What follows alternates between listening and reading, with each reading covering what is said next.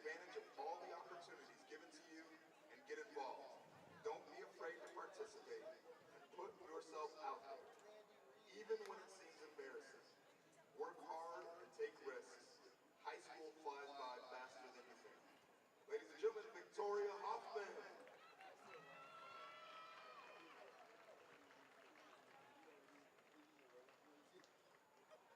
Welcoming Serena Moo, accompanied by host sister Cara, grandparents Ellen and Alex, host brother Connor, mom Irene, and father Edwin Limpiato. Favorite football memory homecoming. Favorite Bible verse, Deuteronomy 31:6, be strong, be fearless. Don't be afraid and don't be scared by your enemies, because the Lord, your God, is the one who marches with you. He will not let you down, and he won't abandon you. Advice for younger players: do not define yourself by others. Ladies and gentlemen, Serena Moo.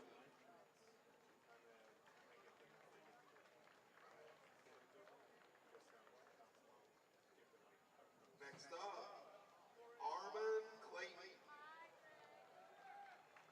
Armin is accompanied tonight by his dad Chris, mom Ani, sisters Isabel and Sophie, Aunt Bonnie, Uncle Mike, Uncle Ronnie, and girlfriend Elia Meating.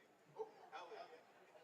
Favorite memory is beating Slow High freshman year.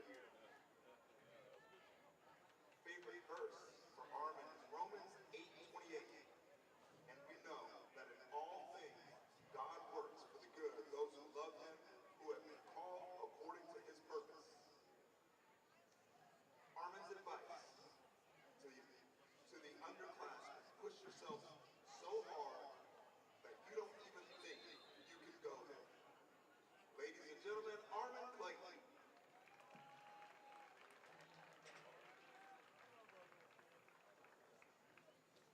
Welcoming Caden Ways, hosted by mom Cheryl, dad Rob, and sister Kirsten. Favorite football memory? Both from football and MCP. He's going to the Kairos retreat with the rest of his senior class. And 3 brutally accurate words from Armin Clayton at the end of a rough practice: welcome to football.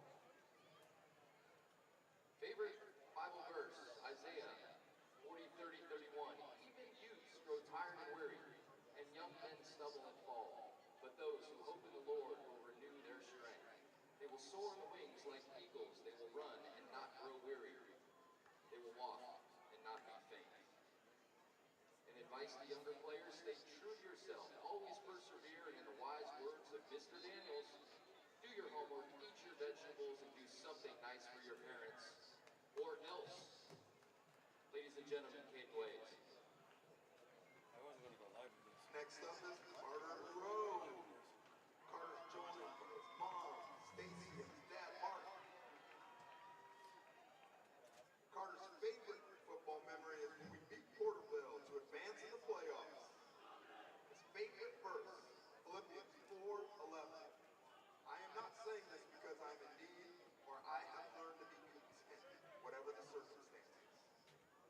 Carter's favorite football memory, Carter's advice to the underclassmen: don't let life get rushed. Have fun, take your time, because you can't get it back. Ladies and gentlemen, Carter Moreau.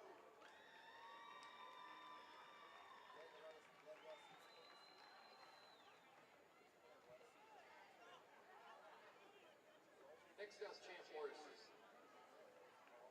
Alongside Dad Browder, mom Antoinette, sisters Mariposa and Felicity Grace.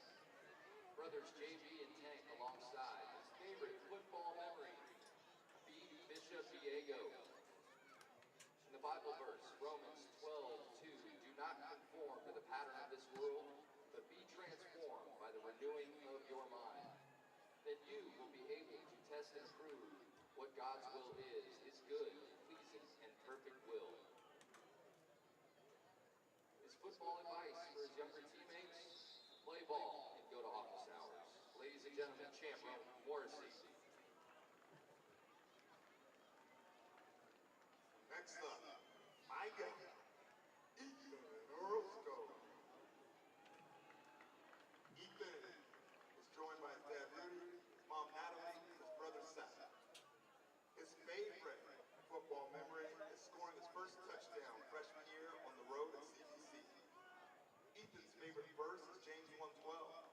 Blessed is the one who perseveres under trial, because having stood the test, that person will receive the crown of life that the Lord has promised to those who love him. His advice: you're going to get hit with adversity and obstacles, but never lose faith. Because if you lose faith, you will not overcome the battle. Remember, there is always a bigger plan. Ladies and gentlemen, Ethan Orozco. Please welcome Gabriel Aguamada, with Dad Gustavo, Brother Tyson, Grandpa Gustavo, Grandma Kelly, Grandpa Anthony. Favorite football memory, scoring 61 on Lompoc his sophomore year. His favorite Bible verse from Psalms 144:1. Praise be to the Lord my rock, who trains my hands for war, my fingers for battle.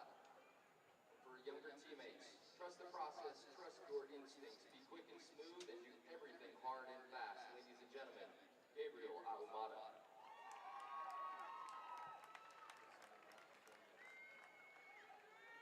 Next up, welcome Jaron Miles.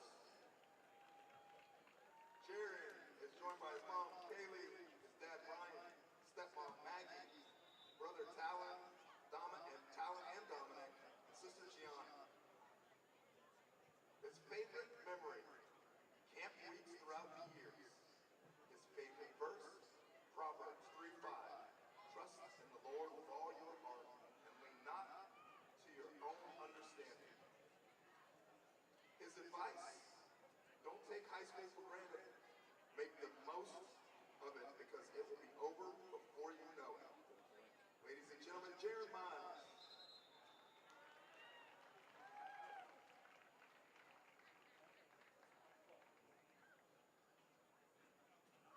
And now, number 2, Jaden Nozeal, alongside his mom and dad, brother Jamari, and sister Micaiah. Favorite memory, Kairos, and reconnecting with his friends. Bible verse, Romans 8:18. For I consider that the sufferings of this present time are not worth comparing with the glory that is going to be revealed to us. And for Jaden Nozeal, advice to the younger fellas: get good grades and do not be lazy. Number 2, Jaden Nozeal.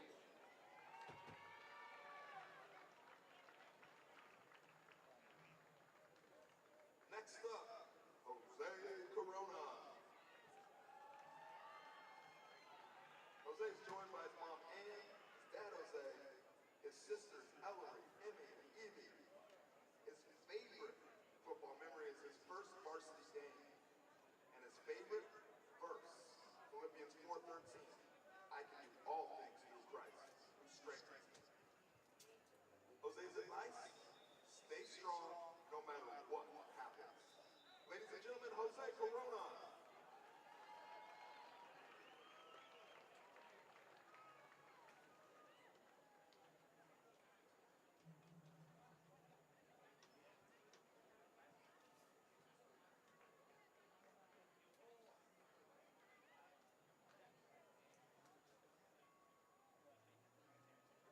Next up, Mason Taylor, alongside mom Gina, dad Greg, brother Cole, and family friends of Jessica, Ella, Rochelle, Audrey, and Mary. Favorite memory, hiking the M during camp weeks and speaking to the team. Bible verse, Luke 1:37 says, for nothing will be impossible with God. Teammate advice: cherish the memories made with your brothers during football, and don't take it for granted. Ladies and gentlemen, Mason Taylor.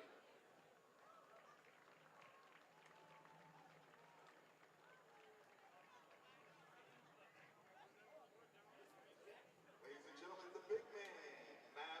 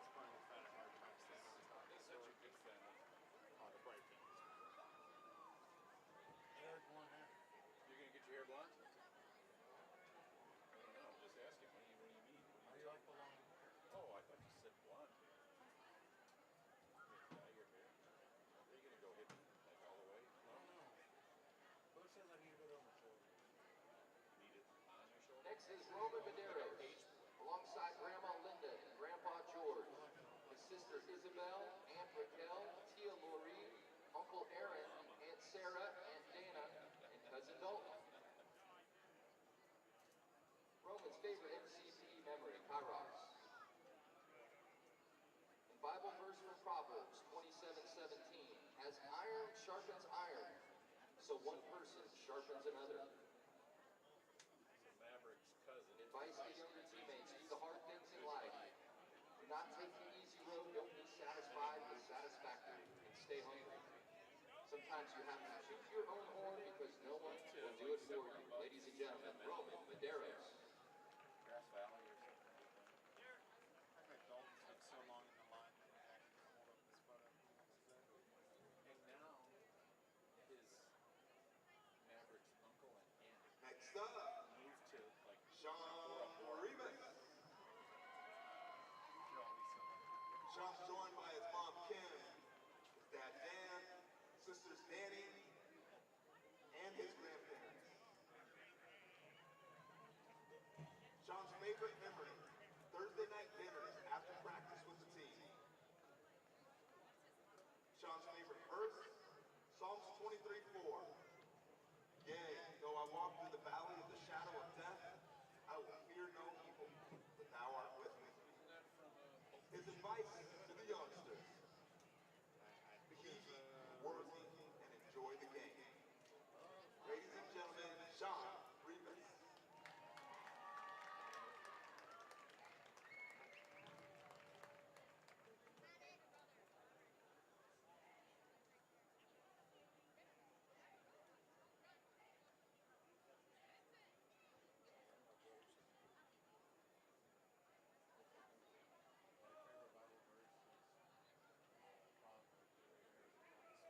Next up, number 11, Vinny Orlando, alongside mom and dad, Tony, and Uncle Rob. Favorite football memory, playing quarterback for the best JV team in the nation during his freshman year. Favorite Bible verse, Romans 12:21, do not overcome by evil, but overcome evil with good. And advice to the young fellas, underclassmen, in real life, I assure you, there is no such thing as algebra. Ladies and gents, Vinny Orlando. real big advice high school are telling their class and what real life's going to be like. You know, you're only a couple years older. I mean, And our last senior of the night, Xavier Wiseman. Joined by his mom Trisha and his dad Jason. His favorite memory is camp week, sophomore year, going paintball. His favorite verse, Proverbs 3:5-6. Acknowledge him in all thy ways and he will direct They your pegged path. him so many times. And a little bit of advice. Stay on top of schoolwork and form a close bond throughout your whole class and team. Ladies and gentlemen, Xavier Wiseman.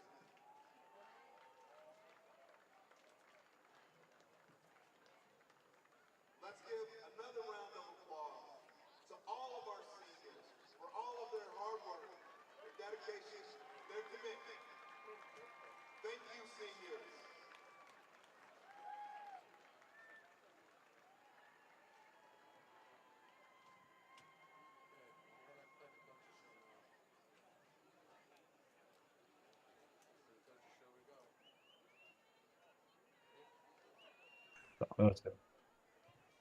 Hey everybody, welcome back to the Coaches Show. Coach Schuster and I are having a good pre-show. Let's see if we can have a good regular show on this Coaches Show. It is Friday. We are moments from kickoff here at Mustang Memorial Field. Coach Schuster, we took our whoopings in Lompoc and now we're back at home trying to right the ship, getting ready for playoffs. How's the team stand right now? Team's good energy. Friday night didn't go the way we wanted, but there was a fighting spirit that the team had. A couple of bad moments that didn't go our way, and the team didn't shut down. The team rallied back up, put together a couple of big drives. One really big one in the third quarter that I thought was very important for the growth of the team. We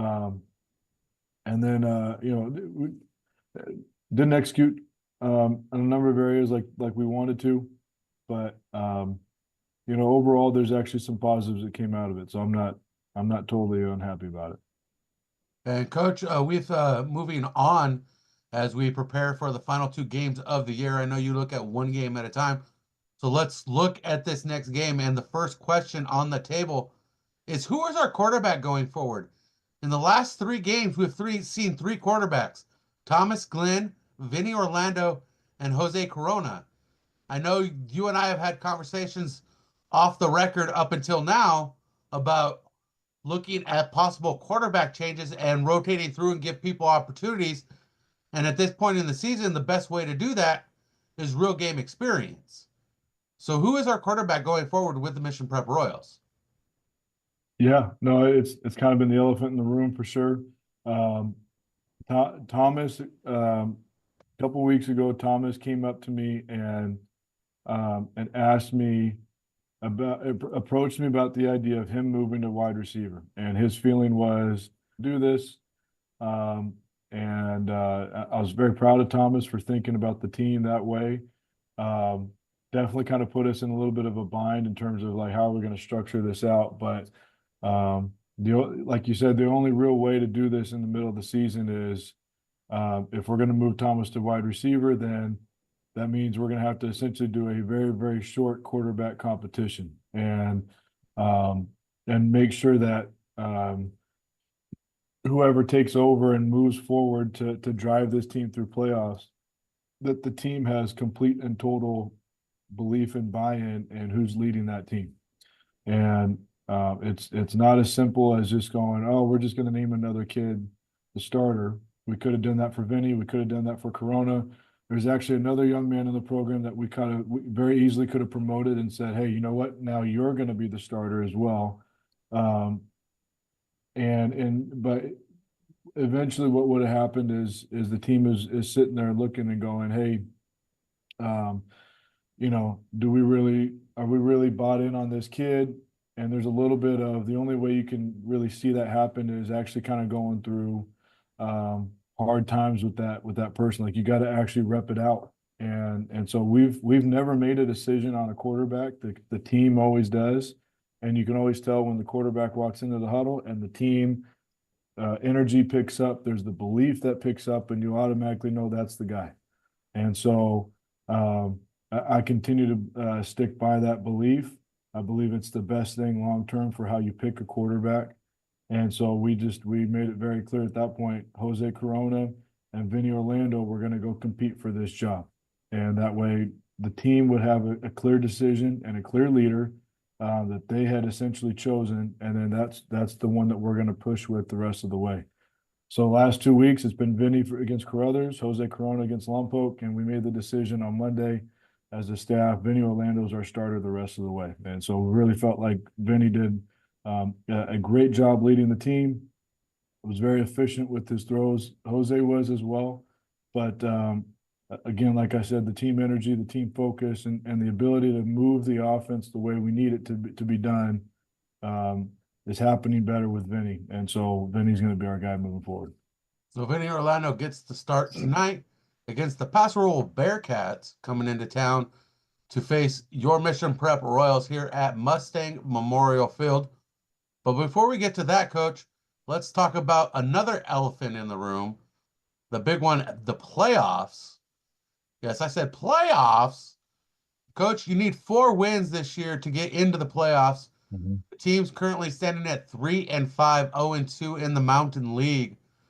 And you only have 2 games left. And the challenge keeps getting tougher with the Bearcats and the Eagles ahead of you. Talk about the challenge you face to get that win, 1 of 2. Yeah, it's been our goal now for last couple of weeks. Is like, hey, we need 1 win. Let's get it. And didn't happen last Friday. And so we got to make it happen this week. You know, that's the pressure that we're putting on the kids. It's, you know, the equivalent of playoff pressure. And I think that's a good thing for our team. Paso's in the same boat. They got to get a win too. And so it's going to be going to make for a very intense game. A lot of Well, I mean, the season's on the line essentially for both programs, and so it's going to be kind of interesting to see how this all plays out. We're fully expecting to see every trick play in the book, everything they got. They're gonna put it out on the field because they have to, and we're kind of in a similar boat. We're granted one more week if it doesn't happen for us against Paso, but we're putting the pressure on the kids this week to make it happen this week, and so. And I think that's a good thing. And the kids have responded well to it. It's been a great week of practice. But yeah, it's going to make for a very hard hitting, very intense, very physical football game, and those are the best games to be in anyway. So. And the Paso Robles Bearcats come in at 2-6, 0-2 in the Mountain League. They need to win their season outright in order to become playoff eligible. So this is a must win for them. Just like you're saying, it's a must win for your squad because you don't want the challenge to come down to the final game of the season against the Arroyo Grande Eagles to try to get into the playoffs because that's two uphill battles at once, and that becomes a daunting task, Coach. Talk about the Bearcats and the challenge they bring tonight against your Royals and trying to get that win that you need. Yeah, they're kind of similar to us in some ways, especially on offense. Run heavy, very physical. They love their fullbacks. They love running the football with the running back. Quarterback is dynamic. He can move in and out of the pocket. Has a lively arm. And then defensively, they present a lot of different looks, and they're purposely doing that to make it hard to game plan against their defense, and it has been hard to game plan against the defense. And so, they're doing all kinds of different looks from a 40 front to a 30 front, and they're back into a 50 front. Several coverages back behind there, and it creates a little bit of chaos for the quarterback to make accurate decisions. So we need our quarterback to really read his keys, go through his progressions, be very purposeful about the things he's doing, and then defensively, we got to get stops in the run game and put them in an uncomfortable position there. So if we can do that, we feel real successful about how this game is going to go. But it's going to be a challenge. And I want to jump back, Coach. I just remembered that at the end of our broadcast last week, before we wrap this all up and move in the rest of the pregame show with Stephen Hodges and I, we got our broadcast cut short based on power situation in the broadcast booth at Lompoc in the post game, and I wanted to properly announce our player of the game for PSNtv of that game, and that was Ronnie Kardashian of the Royals playing his heart out Friday night. And I wanted to see if you had any comments on his performance for the squad. Yeah, there's this week with the team, we had a number of conversations with the team, and we used Ronnie as the example and essentially highlighted his play and his performance and compared it to the play of some other kids on the team on the field at the same time. And so I think the only disappointing part about Friday night, besides, we lost, didn't execute on a couple things.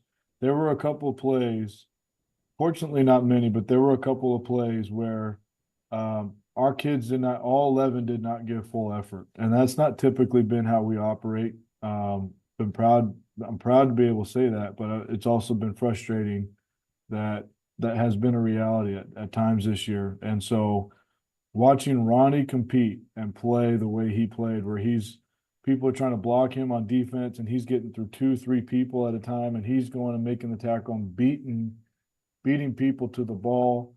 And then obviously on offense, he was a machine. He ran wild. No one could touch him once he puts his foot in the ground and goes, no one's close. And that's a special talent. He's got a work ethic that few have. And I would also just say that his warrior spirit on the field, I wish more kids were like Ronnie. I really do. And I've been blessed and fortunate to coach a number of kids from this family. They are all the same. They're warriors. They're competitors. You're never going to take them off the field. They play harder than anybody else in the program.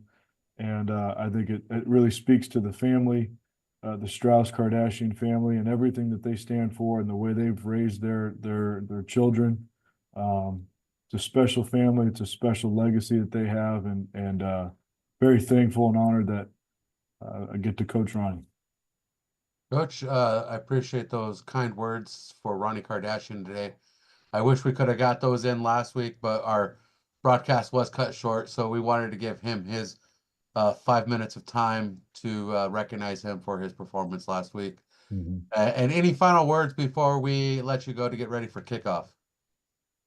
Theme of the week is all in, and hope everyone's all in. We're excited. Can't wait to get going. I am all in, and we are all in for kickoffs. Coming up next, the pregame show continues with Stephen Hodges and I, right here on PSN TV. At Hyundai San Luis Obispo, we understand that every milestone in life brings new dreams and opportunities. From the excitement of your first car to the joy of watching your family grow, with the space and safety to keep your loved ones close and secure, to finding the balance in your busy life with a smoother, greener commute. And with America's best warranty and exceptional service, we ensure your Hyundai is always ready for the road ahead. At Hyundai San Luis Obispo, we're honored to be a part of your journey. Come find the Hyundai that fits your life story. Welcome to the Mission Prep pregame show. I'm Brian Stanley. Joining me back in action, Stephen Hodges to my right. Joining me to my left, the president of the Brian Stanley Fan Club, Kevin Dolan, on camera tonight, filling in for Thomas Bowden out on assignment with the theater company. And let's get to tonight's matchup, Stephen. It is a playoff game, if there was a playoff game in the regular season. Both teams fighting to keep their playoff hopes alive in the Mountain League and in the Central Section. Let's talk about the league standings real quick, Stephen, here on the Central Coast in the Mountain League. And the front runner in the Mountain League is the Arroyo Grande Eagles at 3-0. The St. Joseph Knights 2-1. Lompoc Braves at 1-1. And 0-2 and 0-2, the Mission Prep Royals and the Paso Robles Bearcats. The Mission Prep Royals standing at 3-5, the Bearcats 2-6. Need to get to 4 wins to get to the playoffs. And tonight in the Mountain League, we have games scattered around the Central Coast. The St. Joseph Knights travel to the Lompoc Valley to face the Braves, who are home back-to-back weeks. And tonight here at Mustang Memorial Field, we have the Paso Robles Bearcats coming over the Cuesta Grade to battle the Royals here on senior night.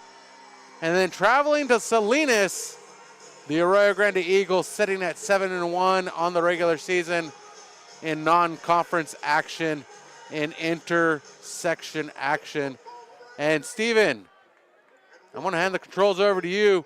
What do the Royals need to do tonight to pick up a win?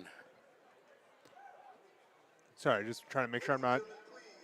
We're going to head to the prayer real quick. Yeah, so they caught us off guard. Way to pay attention, Stephen. We'll be right back. Mission Prep Royals football continues on PSN TV.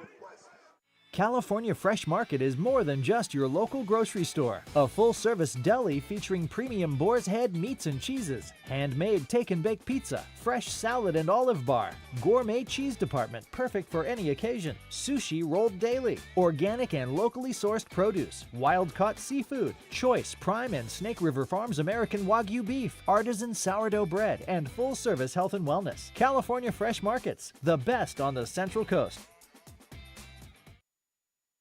45% of people put off buying life insurance, according to industry research. Insuring yourself and your family can help you be more prepared in the event of illness or a tragic accident. Call me, your local Farmers Insurance agent, Jennifer White, and discover coverage options you can tailor to your priorities and budget. To learn more about your coverage options, call Jennifer White at 805-548-8530. Underwritten by Farmers Truck Fire Insurance Exchanges and Affiliates. Products not available in every state.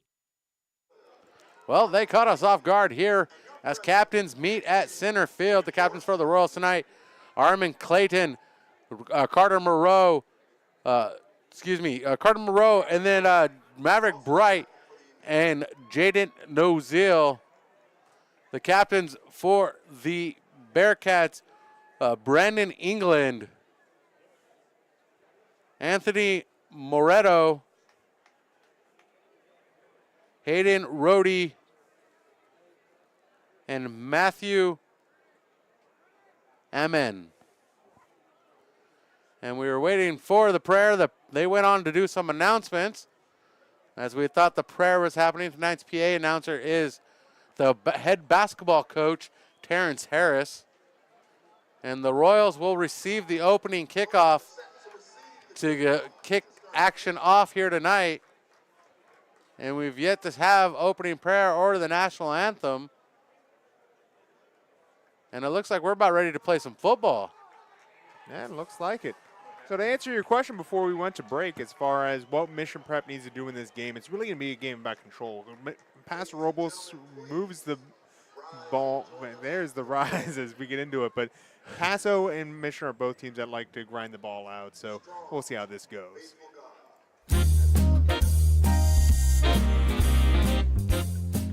Hi, this is John Thea with Thea Automotive. Someday, and that's my son Tom singing. You can feel a glow when it comes to the way your car looks when you bring it to Thea Auto Body. I will feel a glow just thinking of you. From minor dings to major collision repair, we can give your car a like-new showroom look. We can straighten and repair any frame type using ultrasound technology. Our refinish department features paints that exceed factory specifications, and they are applied in our state-of-the-art, environmentally friendly spray booth. Plus, we work hand-in-hand with your insurance company so your claim goes smoothly. Just the way Love the way your car looks. Bring it to Via Auto Body and Collision Repair and let our family take care of your family. Nicely done, son.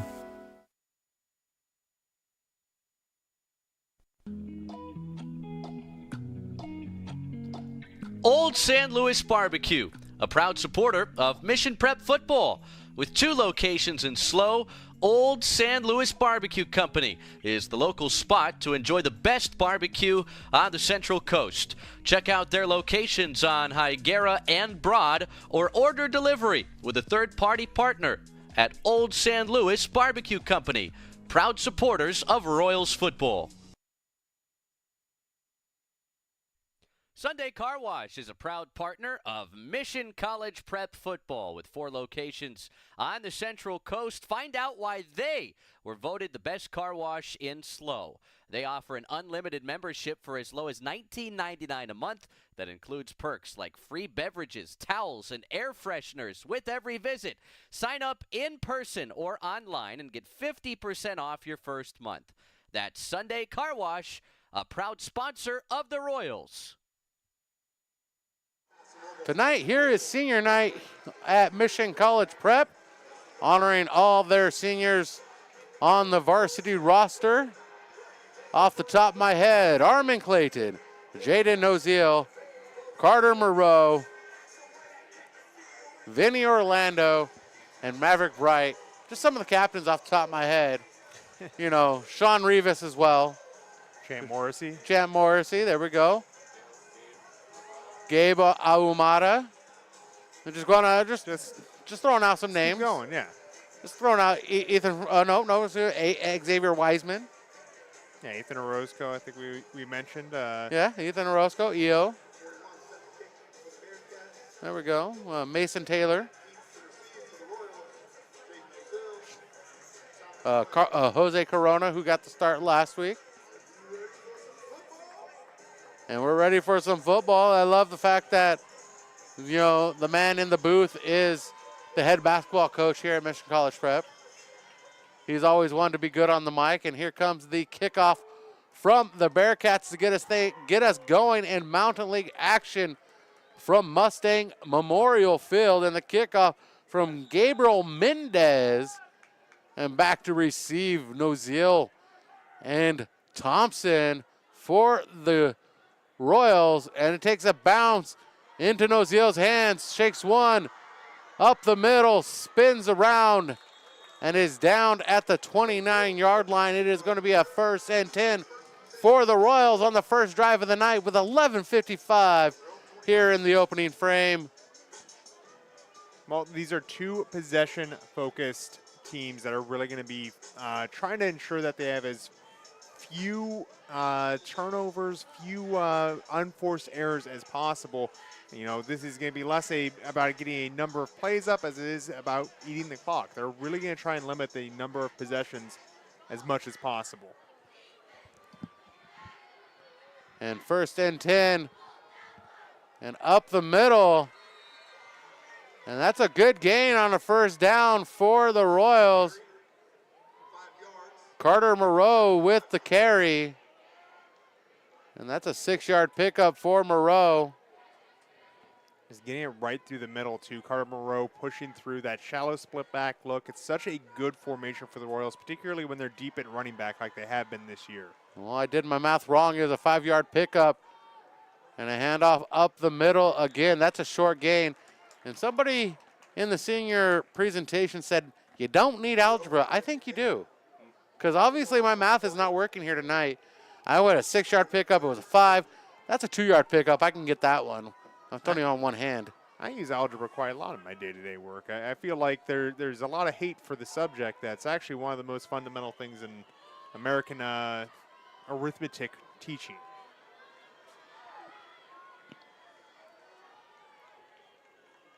And the pitch. And taken down in the backfield for a loss is Carter Moreau. And leading the charge for the Bearcats, Hayden Rohde, senior captain. And that is a 4th down situation for the Royals. A 4th and 5, and the punt unit comes out with Thomas Glenn standing at his own 16 yard line, awaiting the snap. And the boot is away. And it takes a Royals bounce inside the 25.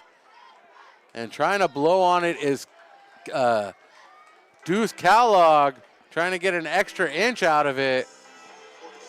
And the Bearcats take over for the first time here in the first quarter. 10:09 remaining. Paso just executed better up front than the Royals did on those last 2 plays. That 2nd and 3rd down play set, they just had their pad level lower, did a good job getting into the backfield. So expect a lot of that here today, working heavy in the trenches, just seeing who can keep their hip and pad level lower than the others and who will win down by down as a result. And the official's whistle officially starts the play. And quickly stuffed at the line of scrimmage for a short gain. As he pushed through the line was the back.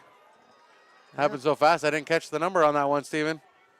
And it looked like Cameron Cape to me, but I expect a lot of different running backs for Paso. In their last game, they had 9 different people rush the ball against St. Joseph.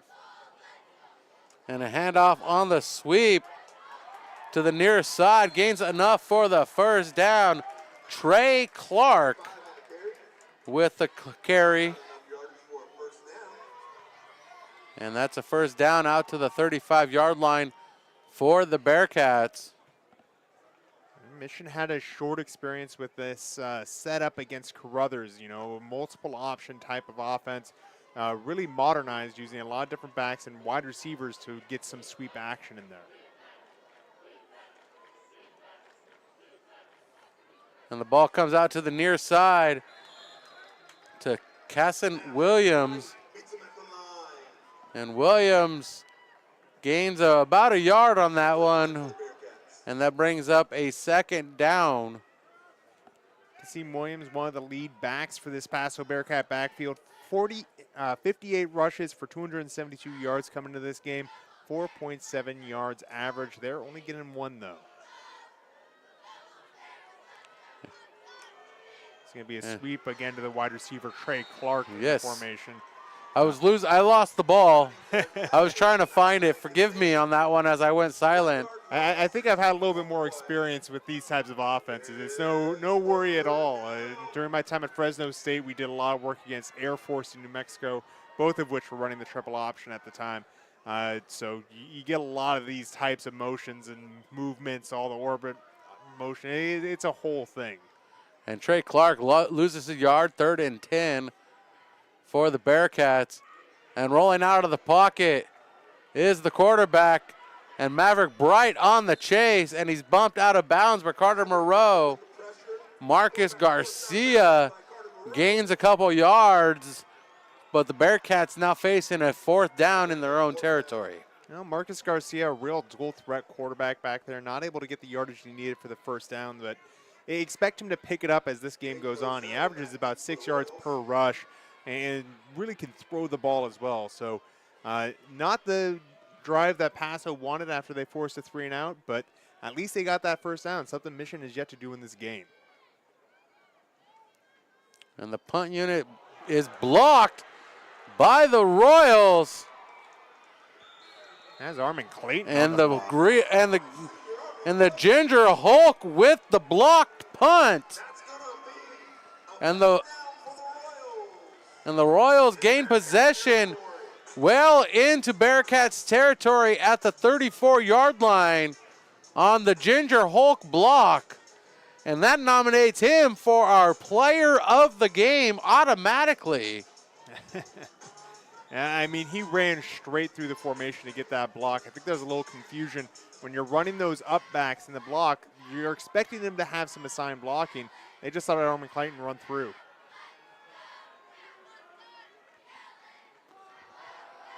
And the snap for the Royals, getting a few yards on the rush. And Ronnie Kardashian with the carry. And the Royals on their 2nd possession of the night, moving the ball well on the back of Ronnie Kardashian. And Vinny Orlando getting to the start tonight, as we talked to Coach in the pregame show.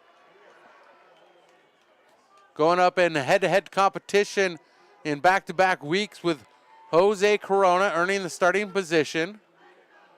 And Orlando in the shotgun. Quarterbacks on each hip, fired out to the near side, complete to Noziel, and Noziel pushes forward, trying to get the first down, and comes up just a hair short. And that's going to be a 3rd and short for the Royals, as he was pushed out of bounds at the 26-yard line. Ball set up on the far hash mark, or the right hash mark for the Royals. The Bearcats with a 4-man defensive front. Royals with receivers on each side. And the handoff to Kardashian. He gets outside the tackles, and he's tied up. And the tackle by the Bearcats, not enough to prevent the first down. And the Royals move the sticks for the first time tonight. Ronnie Kardashian, one of the top Royals last week in a tight game against Lompoc that got away from them late. He's going to be expected to be a factor in this game. I mean, you look at what he's done, 4 touchdowns on the year. He's a major part of this offense. Orlando working under center, the handoff, and trying to get outside. Carter Moreau tangled up, and the tackle issued to Matthew Amen. 6:50 in the first quarter, 2nd and 8 for the Royals. Ball spotted at the 21-yard line. Well, Mission Prep's doing something right. Paso having to cycle out their bigger linemen right now. That should give Mission an advantage up front. They just got to make sure to not gas themselves. As Paso's getting fresh breath, Mission's hanging out. And a miscommunication with the back, but the ball continues to push forward. Ronnie Kardashian breaks out of the huddle, and he's still on his feet, dives forward. Touchdown, Royals! You can't deny Ronnie Kardashian all night. Tonight he's going to put up his first score in the first quarter. What a run by Ronnie Kardashian. Broke 3 tackles on his way to pay dirt. And, you know, you talk about that miscommunication in the backfield. It did not slow down Ronnie Kardashian getting his feet in the ground and getting upfield. That acceleration is really something that's going to serve him well all night tonight if he's able to keep up with it. 6:17 in the first quarter. The Royals on the board awaiting the extra point by Roman Maderos.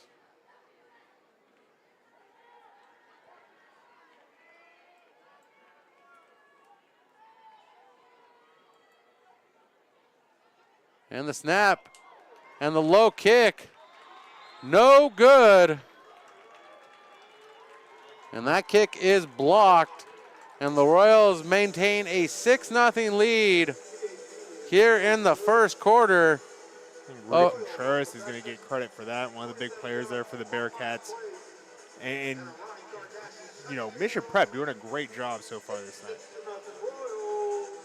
And a drive that started in Bearcats territory on a blocked punt by Armin Clayton was wrapped up with a 21-yard touchdown run by Ronnie Kardashian. Royals lead the Bearcats in Mountain League action. A must-win for both squads to get into the playoffs. 6-0 Mission Prep Royals. Out on the field to boot it away for the first time tonight. Yeah, playoffs are a sticky thing. Paso, it's a hard limit. They need to win the game to keep their hopes alive. Mission will have another crack at it next week against AG if they fail against Paso here. But this is a type of situation Mission really wants to get this taken care of and off their minds. This is not where they expected to see themselves at this point of the season. So if they want to get those bonus games at the end of the year, they've got to work hard here tonight to make that happen. And the officials talking to the Royals. As you can see on your screen, not exactly sure what the talk is about. But the Royals wearing gold pants, navy uniforms with gold trim, navy helmets with gold lettering. Get ready to boot this way to the Bearcats wearing all whites with crimson.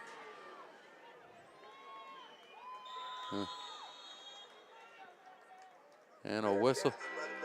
The Bearcats called for the fair catch. I didn't see the wave of the hand, but it was there. And the Bearcats will start with the ball, I believe, at the 25-yard line. Calling it dinosaur hands. You got enough up there to get it. You know, when you're an up back, you typically don't want to catch that ball because you're not going to have the blocks that the deep returners are going to have. So smart idea, just getting that fair catch. It'll give Paso the ball back with their full complement finally on the field. Two backs in the backfield. And the handoff to the left side, gaining a good chunk of yardage.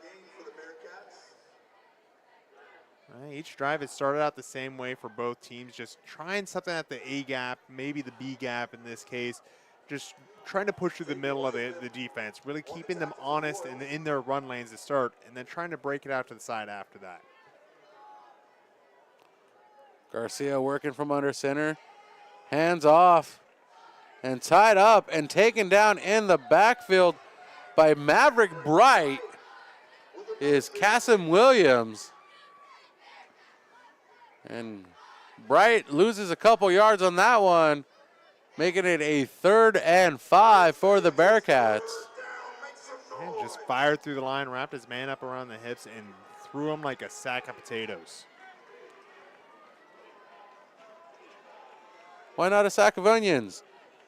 And the quarterback Garcia pitches it. That one, ball comes loose. And the Royals come up with it. And Carter Moreau with the fumble recovery on the pitch. And that's not a very good pitch option by the Bearcats, as the Royals once again come up with the ball in Bearcats territory on a Bearcats mistake. And really, it's all about that pitch relationship. The relationship got compromised, and I think a lot of it was because Garcia tried to push upfield and really sell the fake before pitching it off at the last minute. As a result, the angle changed. That angle made the ball harder to catch, and I don't think the running back was frankly expecting it. So ball on the ground, a disastrous scenario for Paso. We talked about how much each possession will count. Well, it's 2 possessions in a row that they didn't even get a chance to get a punt off. And the handoff to Kardashian finds a seam right up the middle and gains a good chunk of yardage, making it a 2nd and 4 for the Royals. Dip it into the red zone with 4:51 remaining here in the first quarter. Ethan Ferralis is going to get looked at. He's been out there for a few plays, a little bit hobbled, so I think he's going to have a little bit of care on the sideline, but hopefully just a second to rest his ankle.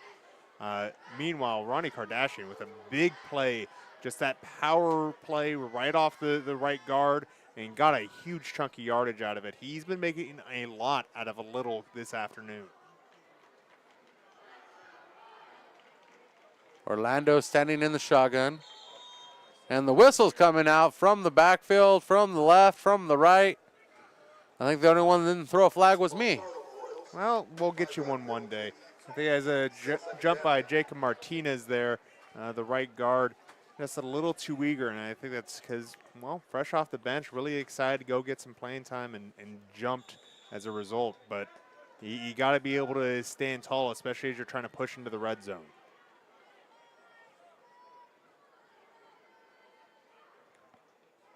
Second and 9 for the Royals. Vinny Orlando jumping around in the pocket looking for a receiver into the corner. And the pass broken up.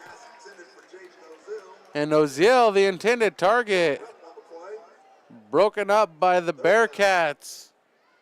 Angel Guerrera. A deep ball there to Noziel. We've seen how often they like to go to Noziel. He's got the, probably top speed on the Royals. And so he's ability to get that separation quickly. That's a good spot to take that shot, knowing that he had that gap. Unfortunately, I think the ball was just a little bit late. Allowed Guerrero to get underneath and make a play on it. Orlando with one back with him. And Orlando taken down hard in the backfield. And the sack delivered by Alex Olvera. And the Royals facing a 4th down and 4th down and 14 on that loss. Alex Olvera just lost in the pass coverage there. Came through, found a seam, and planted Orlando into the ground. So this is a tough call for the Royals. You're not going to get much out of a punt. So, what play you run, maybe you're just doing this for the yardage because you're not going to get a field goal from this distance. And spread offense. Royals to the right, to the left, and Orlando fires that one.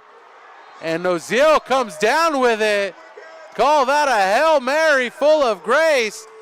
That is a catch inside the 5. Now, I'll call it what it was, which was a corner route there from the slot position. Noziel showing off his speed against a nickel defender.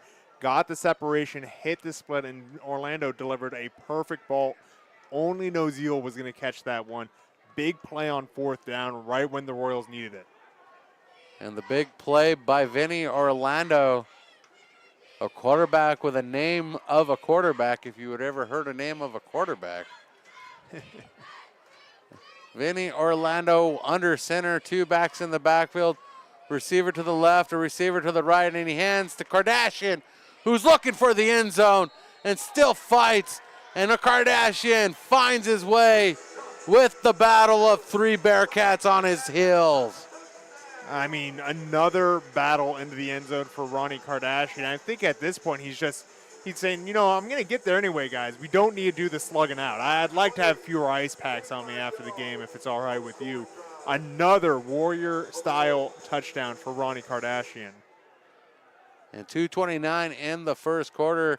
Kardashian posts his 2nd touchdown. 12-0 is our score. Awaiting the extra point. The first one missed by Medeiros. And this one up and good, and Medeiros makes good on his 2nd attempt. 1 for 2 tonight. And the Royals all together this season, 19 for 27 at PAT attempts. Well, Mission Prep leading by 2 here early, but it's still an early game. And the way that the Royals have gotten this good field position, they really haven't had a drive yet in this game. Paso had a punt blocked and then a fumble. So 2 situations that they found themselves in really just normally preventable. So Mission can't get too high on their own supply in this situation. They got to remember that they're getting some fortunate bounces. That isn't always going to break their way. Stay focused, play our game, figure it out as the game continues. And an update from St. Joseph, 3-0, or from Lompoc, St. Joseph 3, Lompoc nothing. And a World Series update, bottom of the 8th. Yankees 2, Dodgers 2, but you're locked in with us here at Mustang Memorial Field. I'm Brian Stanley, Stephen Hodges to my right, the president of the Brian Stanley Fan Club to my left, Kevin Dolan. Thomas Bowden out on assignment tonight. Royals fighting for a playoff spot. Bearcats fighting to keep their season hopes alive into the postseason. Hey, talk about Paso Robles and what a proud legacy of football that school has had over the last decades. Playoff spot is just the start of what they want out of this team. It's been a down year for them for sure. And Lincoln Bloom delivers this one. And the return up the near side. And I think there's going to be a flag here against Matthias Willis for the Bearcats, and indeed there's going to be a hold coming back. So Paso's going to start with their worst start of the day from the looks of it. The real struggle here is, can they overcome the mistakes that they're making on their own? You know, you talk about a missed block on a punt. You're talking about a bad quarterback running back exchange on a pitch. You got to come back out more focused if you're Paso. All the problems that you've been having are your own alone. And 2:25 here in the first quarter. The Bearcats starting their third drive, looking to get out of their own territory for the first time tonight. And the handoff to the left side. Williams gaining a few yards to the 25. Now, Paso's really trying to use the deep bench that they have. They outnumber the Royals by quite a bit, so you're seeing a lot of substitution on their side. They got to make sure those fresh legs are coming out as hard as the legs that are already in the game. Otherwise, you're taking out a seasoned player for a player that's coming in fresh and may not be up to game speed yet. Garcia with men in motion. And the push up the middle for a few yards. That gained 6. And the carry by Brandon Clements. And Brandon Clements showing off one of the core tenets of these styles of offenses. It's less about the execution and the fine points of it, and as much about the mentality of continuing to push as hard as you can. This is a dog offense. You want to just keep pushing and getting after it. And the push into the backfield. And Clements with the carry once again. This time going nowhere on third down. Caught up high by Gabe Almada once again, pulling him into the backfield, hauling him for a loss. I mean, what a huge play on third down. I think Paso's got to go for it. It looks like they're doing a lot of subbing, but I try and keep on the field here. What's the worst that could happen? They give the ball back to the Royals in their own territory for the third time. And Garcia calling out the jump at the line. Yeah, they're going for the hard count and then a timeout. They thought that they had it, and I'd agree there. I think Garcia was right. There was a jump by the Royals, and normally that's enough for a flag in high school, but take the timeout and then come back out with the punt, I think, is the call. And they're going to take the timeout. We'll join them in the timeout. Mission Prep Football presented by Hyundai San Luis Obispo. At Hyundai San Luis Obispo, we understand that every milestone in life brings new dreams and opportunities. From the excitement of your first car to the joy of watching your family grow, with the space and safety to keep your loved ones close and secure, to finding the balance in your busy life with a smoother, greener commute. And with America's best warranty and exceptional service, we ensure your Hyundai is always ready for the road ahead. At Hyundai San Luis Obispo, we're honored to be a part of your journey. Come find the Hyundai that fits your life story. Welcome back here. Mustang Memorial Field. I'm Brian Stanley. Joining me, Stephen Hodges and Kevin Dolan. Our score, Mission Prep 13, Paso Robles, a goose egg. 36 seconds remaining in the first quarter following the Bearcats timeout.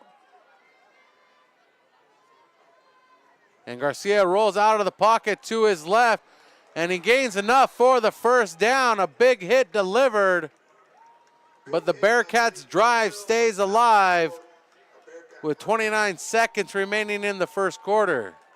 Yeah, big play there, just getting all the backers, all the people in the backfield to roll out with the quarterback, get a lot of lead blocks on the outside, and that's a big compliment to this defense. Maverick Braden and Gabe Almada on the two opposite sides of the defensive line, really holding it down between the tackles. So when they needed that short amount, Paso felt more confident going to the outside, which means that this D-line is doing their job very well. Garcia working from under center, hands off, and pulled down before he can get back. We are gaining any good yardage is Brandon England. And England gains 3 on that one. We'll give him 2. And that's the end of the first quarter. We'll take the break and we'll switch ends of the field. Mission Prep football continues with the Jennifer White Farmers Insurance second quarter. 45% of people put off buying life insurance, according to industry research. Insuring yourself and your family can help you be more prepared in the event of illness or a tragic accident. Call me, your local Farmers Insurance agent, Jennifer White, and discover coverage options you can tailor to your priorities and budget. To learn more about your coverage options, call Jennifer White at 805-548-8530.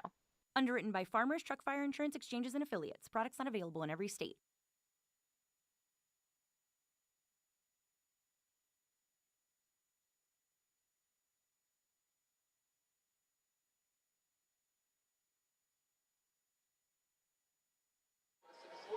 Welcome back to Mission Prep football. We've switched ends of the field. Let's catch our cameraman up. He's checking that Dodgers score, which is an important score, but we got an important game here. I've never seen a baseball in my life. This one's for the playoff marbles. If the Royals win, they're in. If the Bearcats win, they get a second chance next week to get in. And Garcia rolling out to the near side, and he's tied up. And the ball does come loose. And that reminds me of the not the Doug Flutie, but the quarterback from the Bills in the early 90s getting spun around on the hit. Jaden Oziel almost fell over there. Off slowly, dove for that fumble, and I don't think is a good result. And you can see by the coach's reaction, this could be big for the Royals. But I think we're going to take a moment and step aside. We'll take a moment to time out.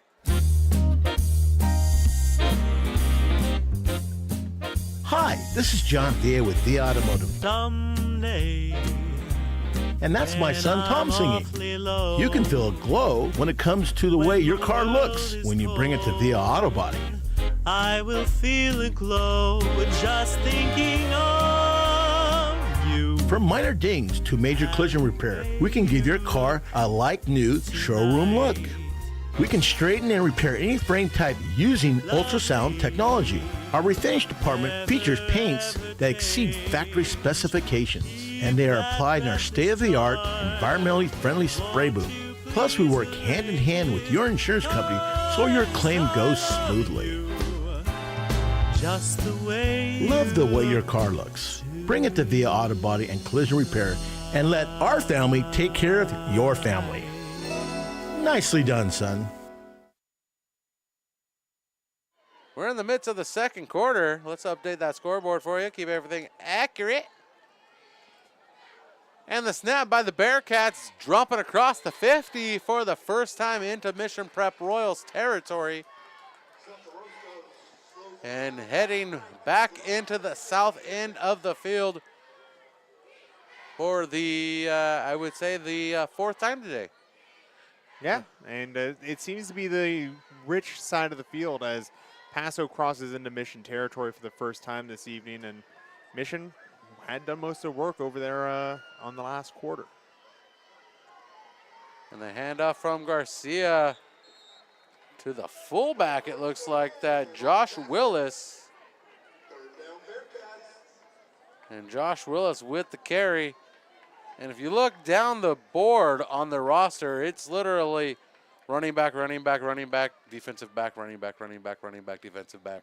I mean, the way this is set up, you're either blocking or you're a running back. There's a couple guys that are wide receivers, but guess what? Wide receivers, this game, also running backs, believe it or not. Yep. Garcia picks up a couple blocks, gets outside and jumps for the first down. And there's a flag coming out from the white hat. And I believe he's going to get called for hurdling. It's a good question, actually. You're allowed to jump over once the, and yes, it will go against the Bearcats. You're allowed to jump as soon as the head dips, but it's rare to see that flag actually thrown. I believe that was a clean hurdle. I was worried about a late hit, but this will go against the Bearcats in legal hurdle. Good eyes there, Brian. Well, just the timing of it. I wish we can get a microphone to on the referees, because I'd love to hear some of the explanations. No, probably personal foul, hurdling, number 13, Marcus Garcia, be a 15-yard penalty from the spot of the foul. Repeat third down. Listen to one or two of those in my time. Thank you, Steven. So Paso, despite a big play, is going to have to dig themselves out of a big hole on this one, fighting from behind the sticks. And that is a third and forever. I think it's third and 16. And a flag coming out from the near side. False start on the offense. Or we'll go with a legal procedure. And the Bearcats will be marked off 5 more. So in back-to-back incidences, that's 20 yards marched off for the Bearcats on a third down. And they're back at their own 37-yard line. And the pass complete from Garcia to Williams. And Williams tries to get it back across midfield and is pulled down at the mid-mark by Armin Clayton. And that brings up a 4th and 9 for the Bearcats. I think that is one where both teams were happy with what they got out there, because Paso wanted a more manageable 4th down, and Mission just wanted to keep them short of the sticks. The result, we got a manageable 4th down, and they are short of the sticks. 9:47 in the second quarter. And a timeout taken by Mission College Prep. Coach Schuster wants to make sure this 4th down doesn't go in the favor of the Bearcats. We'll be right back. Mission Prep Football presented by Hyundai San Luis Obispo. At Hyundai San Luis Obispo, we understand that every milestone in life brings new dreams and opportunities. From the excitement of your first car to the joy of watching your family grow, with the space and safety to keep your loved ones close and secure, to finding the balance in your busy life with a smoother, greener commute. And with America's best warranty and exceptional service, we ensure your Hyundai is always ready for the road ahead. At Hyundai San Luis Obispo, we're honored to be a part of your journey. Come find the Hyundai that fits your life story.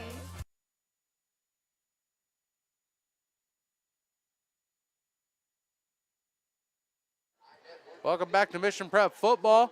9:44 in the second quarter. Mission Prep Royals lead 13-0 here at Mustang Memorial Field over the Paso Robles Bearcats in Mountain League action. And officials quick timeout for a jersey adjustment. I think Thomas Glenn was getting scolded about his knee pads, that they weren't covering his knees. And Garcia fires this one short.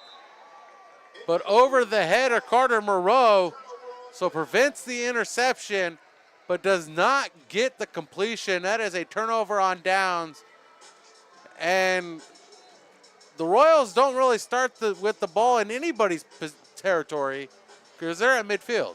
I'd say it's their own technically. So the Bearcats, by the skin of their teeth, not going to have 3 straight drives starting their territory, but still fantastic field position for the Royals.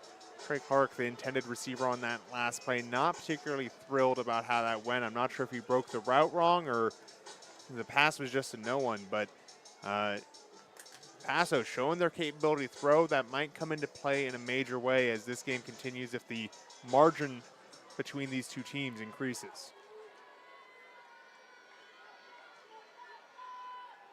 And the pitch to Moreau.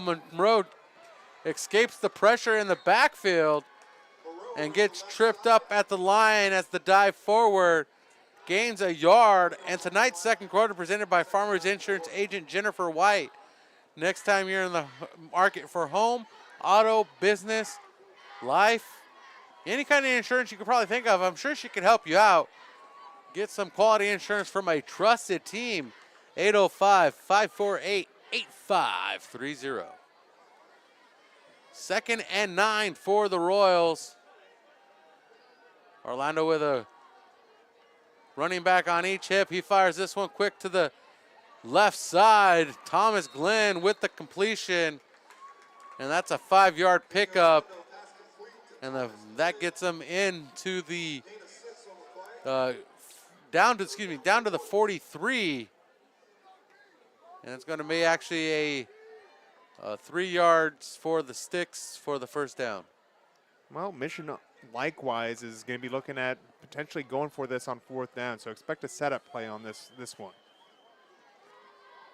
And the handoff to Kardashian, and Kardashian bulldozing his way forward. And he's the dozer of the team. And he's down to the 26-yard line for a solid pickup. And forget that 4th down scenario. Kardashian just puts down that blade and dozes his way forward for the first down. It looked like he just Maverick Bright getting a big block up front there, if I read that correctly. The right side of the line opened up a magnificent running lane for Ronnie Kardashian. Very safe play, just going off tackle on 3rd down, but huge results out of it. That's what you want to see if you're an offensive coordinator. Under 8 minutes here in the second quarter. And a slow transition on the handoff creates a short gain for Carter Moreau. 2nd and 9 for Mission Prep, approaching 7:30 in the second quarter. Rudy Contreras, one of the names to know in the Mountain League, sitting there with number 0 on his chest. Did a good job causing chaos up front and really not allowing the Royals anywhere to run. He's one of the big defensive linemen in the Mountain League and has been named to know for quite some time. Orlando in the backfield finds the pressure and runs away from it. And Orlando with enough for that first down on the scramble. And that scrambled egg served up perfect for Vinny Orlando. Down to the 12-yard line, 1st and 10 for Mission Prep, 7:03 on the clock, second quarter. The quick decision-making is what you like to see out of Vinny Orlando in that one. He recognized very early on in that play that he wasn't going to have a wide receiver open, tucked the ball and ran before the safeties and linebackers could recognize that he's going back to a run play. Just well executed by the quarterback on that one. Orlando with 2 receivers to his right. That's Villa and Glenn. And the pass to Villa. And Joe Villa gains a few yards before he's pulled out of bounds by Matthew Ammon. And Ammon doing some solid work on defense tonight. We've called his name multiple times, 4 tackles. And the clock stops with 6:29. Well, Mission is up by 13, but it's been a while since they scored. This is the first real drive that they've been on, and we're starting to see the variation that the Royals really want to bring in. It's not just driving it up the middle. They're using screens, deep passes, all sorts of stuff. And the handoff, Kardashian. Kardashian spins, still on his feet, looking for the end zone, but does come up short. And he's down to the 2-yard line. Do they move the sticks, or is that going to be a third down? Or It'll be third down by just a hair. This is one of those things where I know you would like to see a measurement, but honestly, I think the Royals are okay not getting the first there because they have the potential to have 5 plays to get into the end zone. You know, normally that's not mathematically possible, but they'll be just fine taking a little bit more. I'm of a okay risk. with this one. It's a full yard there. The ball's on the 3. They need to get it to the 2. I'm good with this one. All right. I won't dispute this one. And the pitch option and dancing into the end zone, Ronnie Kardashian. Make that 3 for him tonight. And Ronnie Kardashian now with 7 rushing touchdowns this season. The Royals lead this one 19-0 here in the second quarter. And that, real quick, that touchdown presented by Farmers Insurance agent Jennifer White. This last touchdown a little bit different from the last 2, though, because he got a little bit of alone time there. No one touched him as he went in this time. No white jerseys having to be dragged in. Ronnie Kardashian into the end zone for his 3rd touchdown. It's still only the first half of this game. What a play. And that extra point up and good, and the lead is 20-0.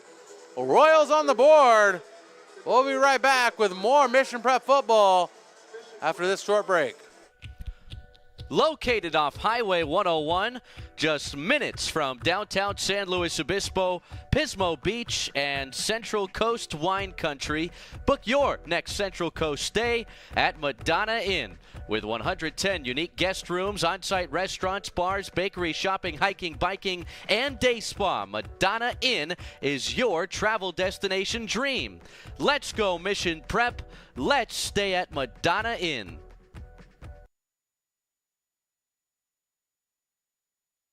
Paso should have been doing that.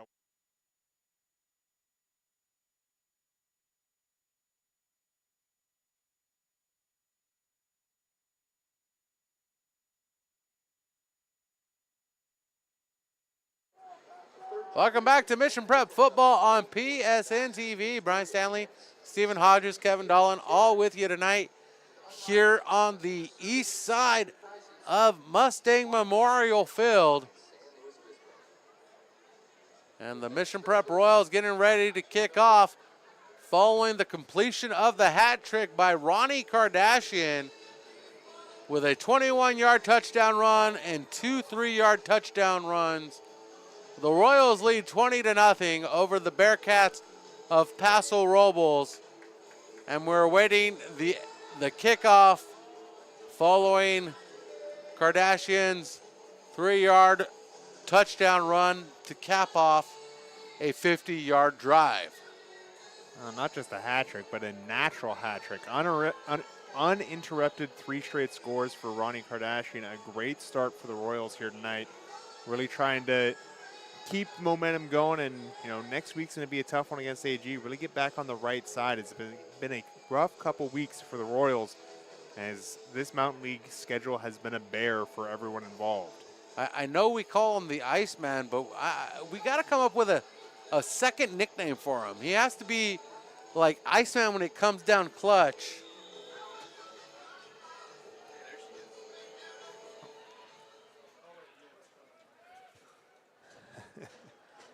Yeah, normally Ronnie Kardashian does his best work at the end of the game.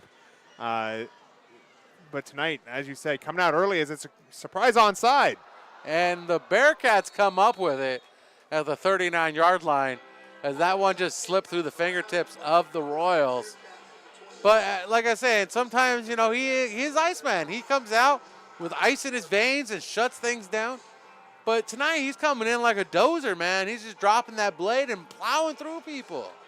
I mean, it's probably doubled his career first half touchdowns. He scores quite a bit in the third and fourth quarter. It makes me excited for what's coming up later in the game, as he's got quite the engine on. That's how he earned that nickname. But for Paso, they're going to look to try and seize some momentum before that takes effect. And the throw to the near side, complete to Emmett DeBroth. And DeBroth with the completion. And that gets the Bearcats back into Royals territory for the second time in this quarter. And the second time in this half. 5:07 in the second quarter. I said second a lot there.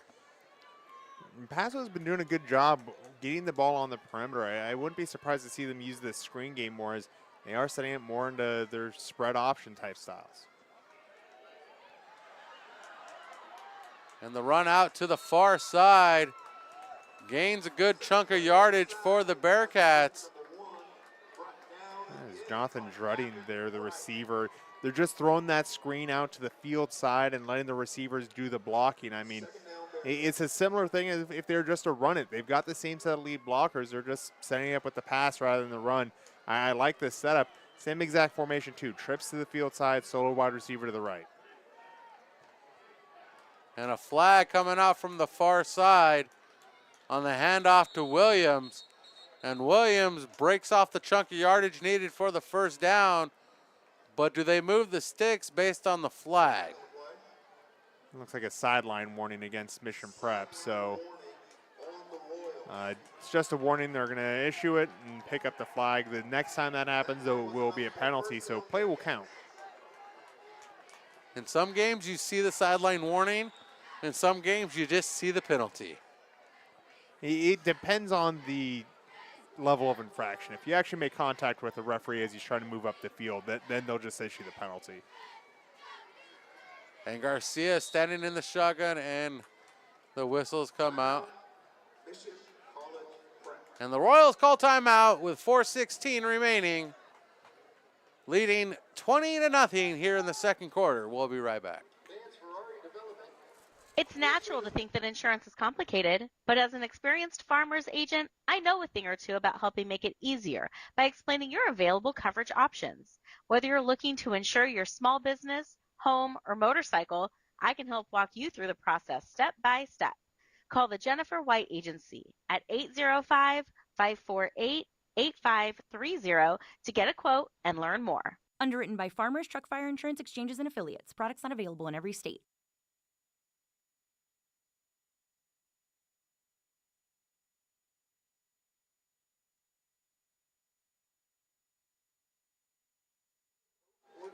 The tri-tip has been delivered, and the torture is on until halftime. 4:16 remaining until the break. Coming up at halftime is the California Fresh halftime report, which gets a whole lot better when Stephen Hodges is around. Trips to the left, single to the right. He's going to throw this one, Garcia, and he looks for the bomb in the corner. Kardashian chasing it down. And that is either going to be that is an incomplete pass. And they're fighting for it. Somebody has it. Somebody needs to break that up. The whistles have already blown. You play to the whistle, guys. This is a little absurd. But a flag at the line of scrimmage regardless. So likely a hold coming back against Paso, but potentially some more flags happening afterwards. The officials should have been down there to immediately break that up, but they kind of waited a little bit. I would say the officials slightly dropped the ball there. The officials were trying to start the conference based on the flag that we can still see here just on this side of the that side of the 40. There's also another flag in the secondary of Mission Prep. So there's a couple flags to resolve. So they started talking, and the situation in the end zone just would not resolve itself as it normally would. So a lot to discuss here for the referees. And they talking it over. I think it might be a mute point between the two players. So ineligible man downfield against Paso first. That one's declined. That happens a lot on those long developing plays like you saw. And then pass interference. They're going to say there was a push off to make that play happen even though it was an incomplete pass. So a 15-yard penalty against Paso, going to put them all the way back in their own territory. And the visiting crowd, who's traveled well, not liking the call. Yeah, there's few places in SLO County as passionate for football as Paso Robles High School, so this is expected. And the Bearcats back in their own territory at their own 49. And the handoff coming out to the near side. And the trip up by Thomas Glenn on Matthew Ammon. And that gets them closer to the sticks. But that is a 2nd and 20 on the pickup of 5 yards. Now, Paso just looking for momentum here. They've shown that they can heave that deep ball. They're just finding some ways to move the ball in general, as it's been big plays making things happen.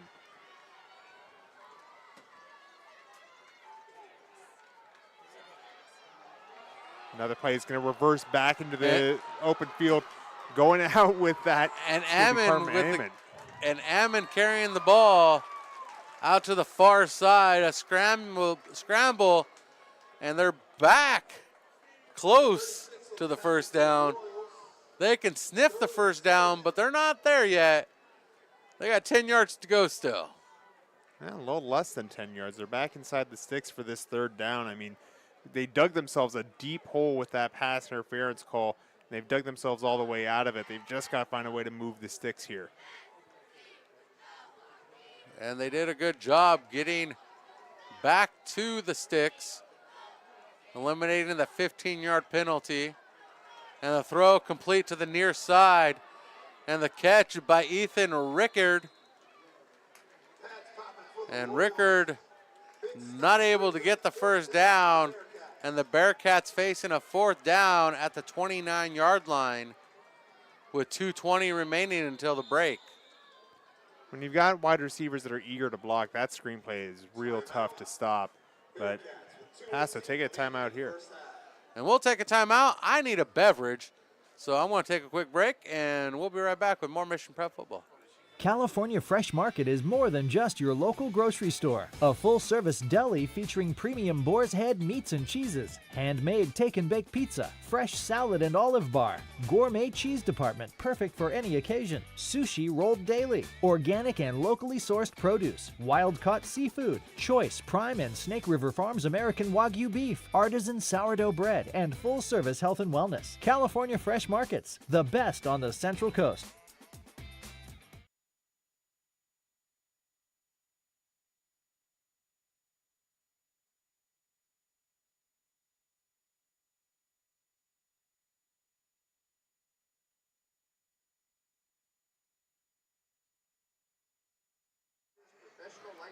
Welcome back to Mission Prep Football. 2:18 until halftime. 4th and 3 for the Bearcats.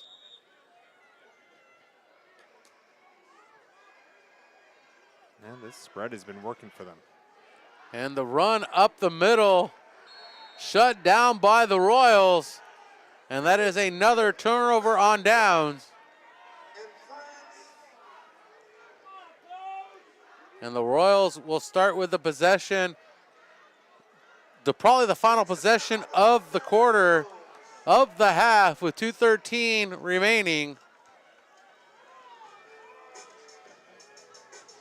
Yeah, turnover on downs. Paso's not particularly happy with that call. I think that's a fine play call considering how much they've been telegraphing that screenplay. I think Mission was well situated for it. It's just a matter of execution up front, and Mission did a great job executing up front with Ethan Ferralis getting the better of that play. So, you know, that was a tough one, but the spread offense for Paso is really showing what this team's capable of.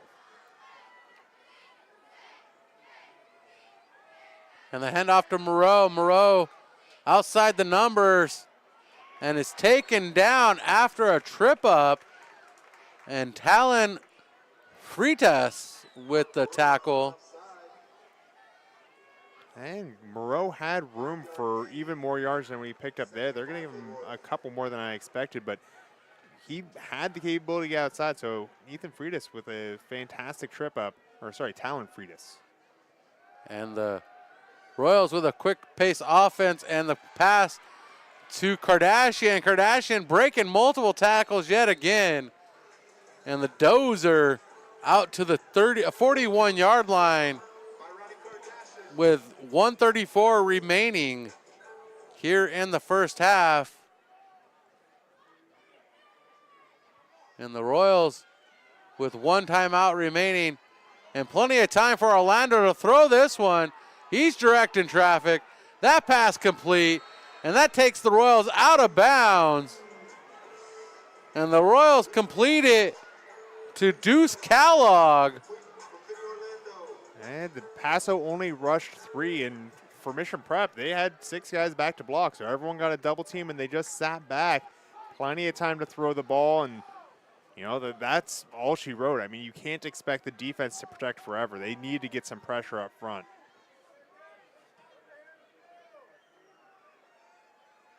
And a back on each hip for Orlando. Working from the shotgun, low snap, picks up the ball. Pressure coming, he stays on his feet. He's on his own. He slides to protect himself, and he's down by Freitas. And that's a first down for the Royals.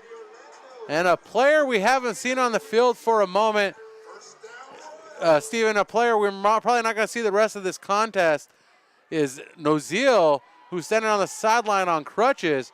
And Orlando can't escape the pocket pressure this time. Amari Brooks with the tackle for loss. And the Royals taking their final timeout with 47 seconds left.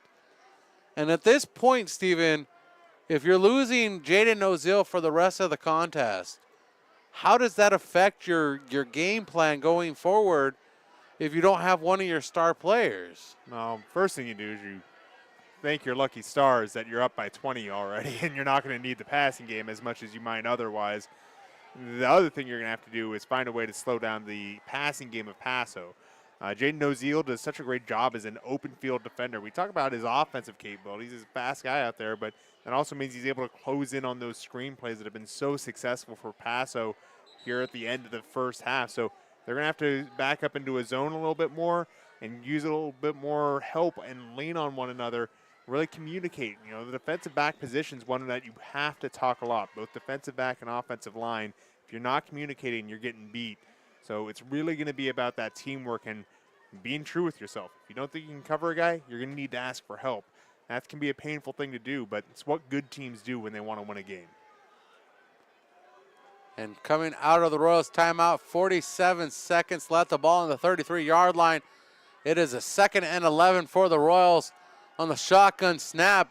Orlando fires out to the far side. And they're going to say that's incomplete. And that's incomplete to Deuce Kellogg. Excuse me, to Joe Villa. Joe Villa. I thought he had both of his feet in. There was a flag I didn't see until the last second there. And the clock only had 4 seconds ticked off. Are they going to say a pass interference against? There's some sort of personal foul against Paso. I didn't clock it. And that is in. Some sort of, just a personal foul, 15-yard penalty. It's going to push the Royals into the red zone. And the Royals now with a 1st and 10 at the 18-yard line. From the 33 to the 18. A chunk of yardage broken off on a flag in favor of the Royals. 43 seconds remaining to break off 18 yards. Shotgun snap for Orlando, who's on his own, and the flags are flying. And Orlando taken down at the 10. Yeah, these flags are all around Thomas Glenn. I think this might be illegal contact downfield against the wide receiver out there, but whatever it was, a lot of referees saw it.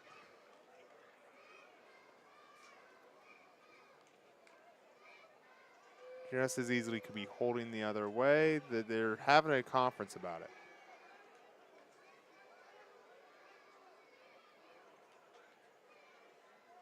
Matt Carroll getting very vocal about this, head coach of the Paso Robles Bearcats. Yeah.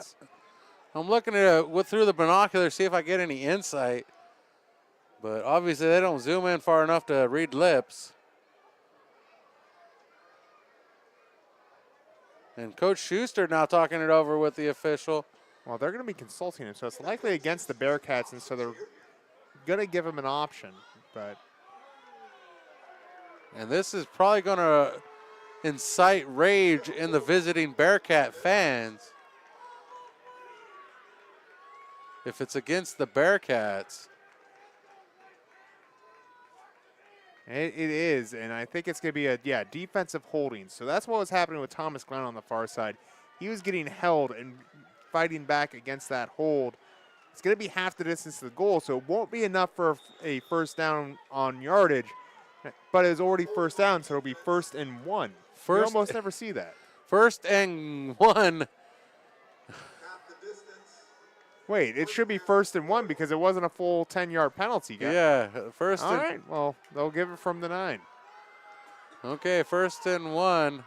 1st and 1. 1st and goal, they put the sticks down. And Kardashian gets the first down and gets the touchdown. Who really cares at this point? Kardashian makes it count. That is 4 straight for Ronnie Kardashian. He came into the game tonight with 4 on the board, and he's walking away so far with 4 more. And that touchdown brought to you by Farmers Insurance agent Jennifer White. You know, a lot of it is the O-line. You know, anytime a running back has a big night, you always got to ask, what has the O-line been doing? And they've been playing very well, particularly on the right side of the line. But a lot of this is also Ronnie Kardashian blowing through contact. I mean, he is just not accepting the initial hit. As this one blocked by Rudy Contreras, and will be going for 0 points. So Michigan will continue to lead only by 26. 26-0 is our score with 32 seconds remaining. And the Royals lead handily here with 26 unanswered points to the Bearcats in Mountain League action. And a quick glance across league play, Lompoc Braves up over the St. Joseph Knights 7-3. Two storied teams with a long history against one another, long-time Los Padres League foes.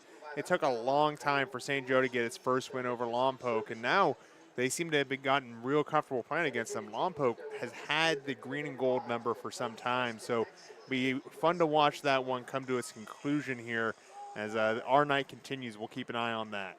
As that game got underway 30 minutes ahead of us, we'll have plenty of scores from around the Central Coast in our halftime report as we check the out-of-town scoreboard. 32 seconds remaining here in this first half. Ronnie Kardashian with 4 touchdowns here in the first half.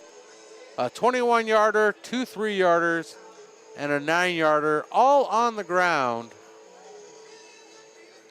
I mean, when you're getting it done on the ground, why would you do anything else? As some famous coach said, you know, when you throw the ball, 3 things can happen, and 2 of them are bad. So why not just keep it on the ground and push it in that way? I think any way that they can get the ball into the hands of Ronnie Kardashian, you know, it's that October, you talk about baseball, well, you always go with the hot hand. Ronnie Kardashian's got flaming hot hands tonight.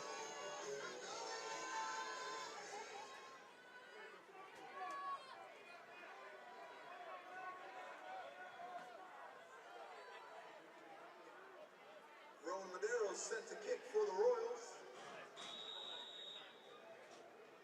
And Roman Maderos in for the kick. Switching out for Lincoln Bloom.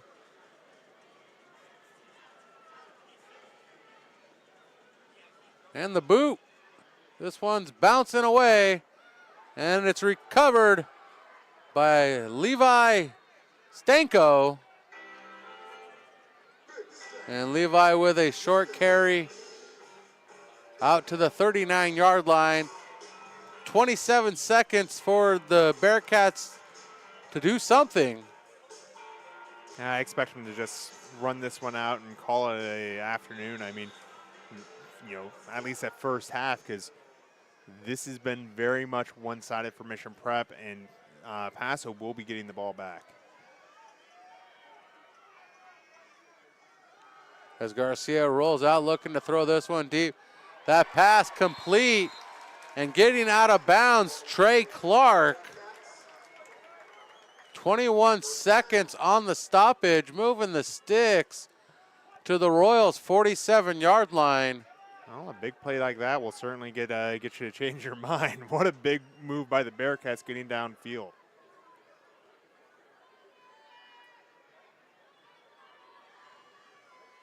Trips to the right for Garcia, and Garcia fires the cannon, the long bomb over the head of the receiver. The intended target, Jonathan Druding. And that incomplete pass brings up a 2nd and 10. 14 seconds remain for the Bearcats here in this first half. Yeah, if they keep using that pass blocking scheme, I might look at the Royals to stand Maverick Bright up as a stand-up DN and split them out even further. They're rolling the quarterback out to the right and just having the entire O-line follow and block to that side. A stand-up DN can bottle that up and really contain the QB. Garcia takes a hit as he throws it and into the back of Thomas Glenn. And the visiting crowd looking for a flag here at Mustang Memorial Field as Thomas Glenn breaks up the pass. I mean, look, they're always recruiting new referees. If you're upset about how this game is going, go find yourself an application. They're going to say that there was a push. They're going to say that there's a roughing. I mean, they were both fairly marginal. I think that is the right call to not throw a flag on either the push on the defense or the quarterback hit. You know, the ball was not gone when this hit started in the quarterback, and the ball was underthrown on the other direction. 7 seconds. Garcia takes the high snap. Running around, pressure coming, and the sack delivered. And Gabe Ahumada delivering the sack to end the quarter, to end the half. And this defense puts up a shutout in the first half. Why do you got to say those words, man? Never heard of an announcer's jinx? Hey, I want a good game here. All right. We're up 26, man. We can afford to give up a point, okay? I want a good game here. We'll be right back. Second half action coming up in about 15 minutes. The halftime report coming up after we demolish some tri-tip sandwiches. We'll be right back. Mission Prep football rolls on. Here are our cheerleaders at Mission Prep, greeting the cheerleaders from Paso Robles.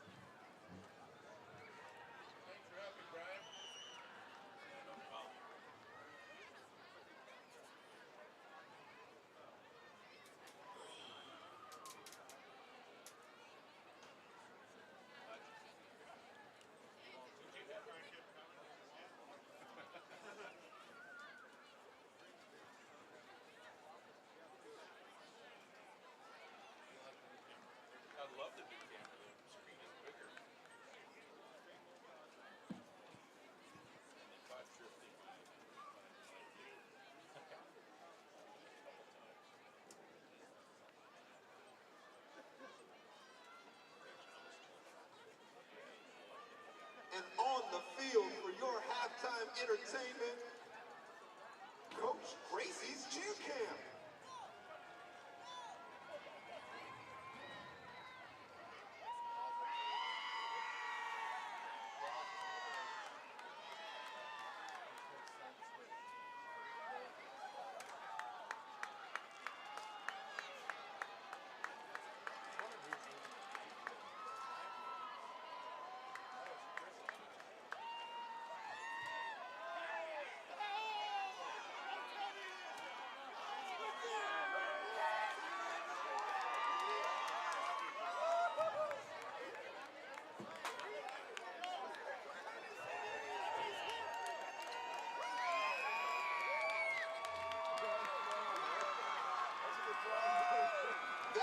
victory cheer must have been for the Freddie Freeman Grand Slam.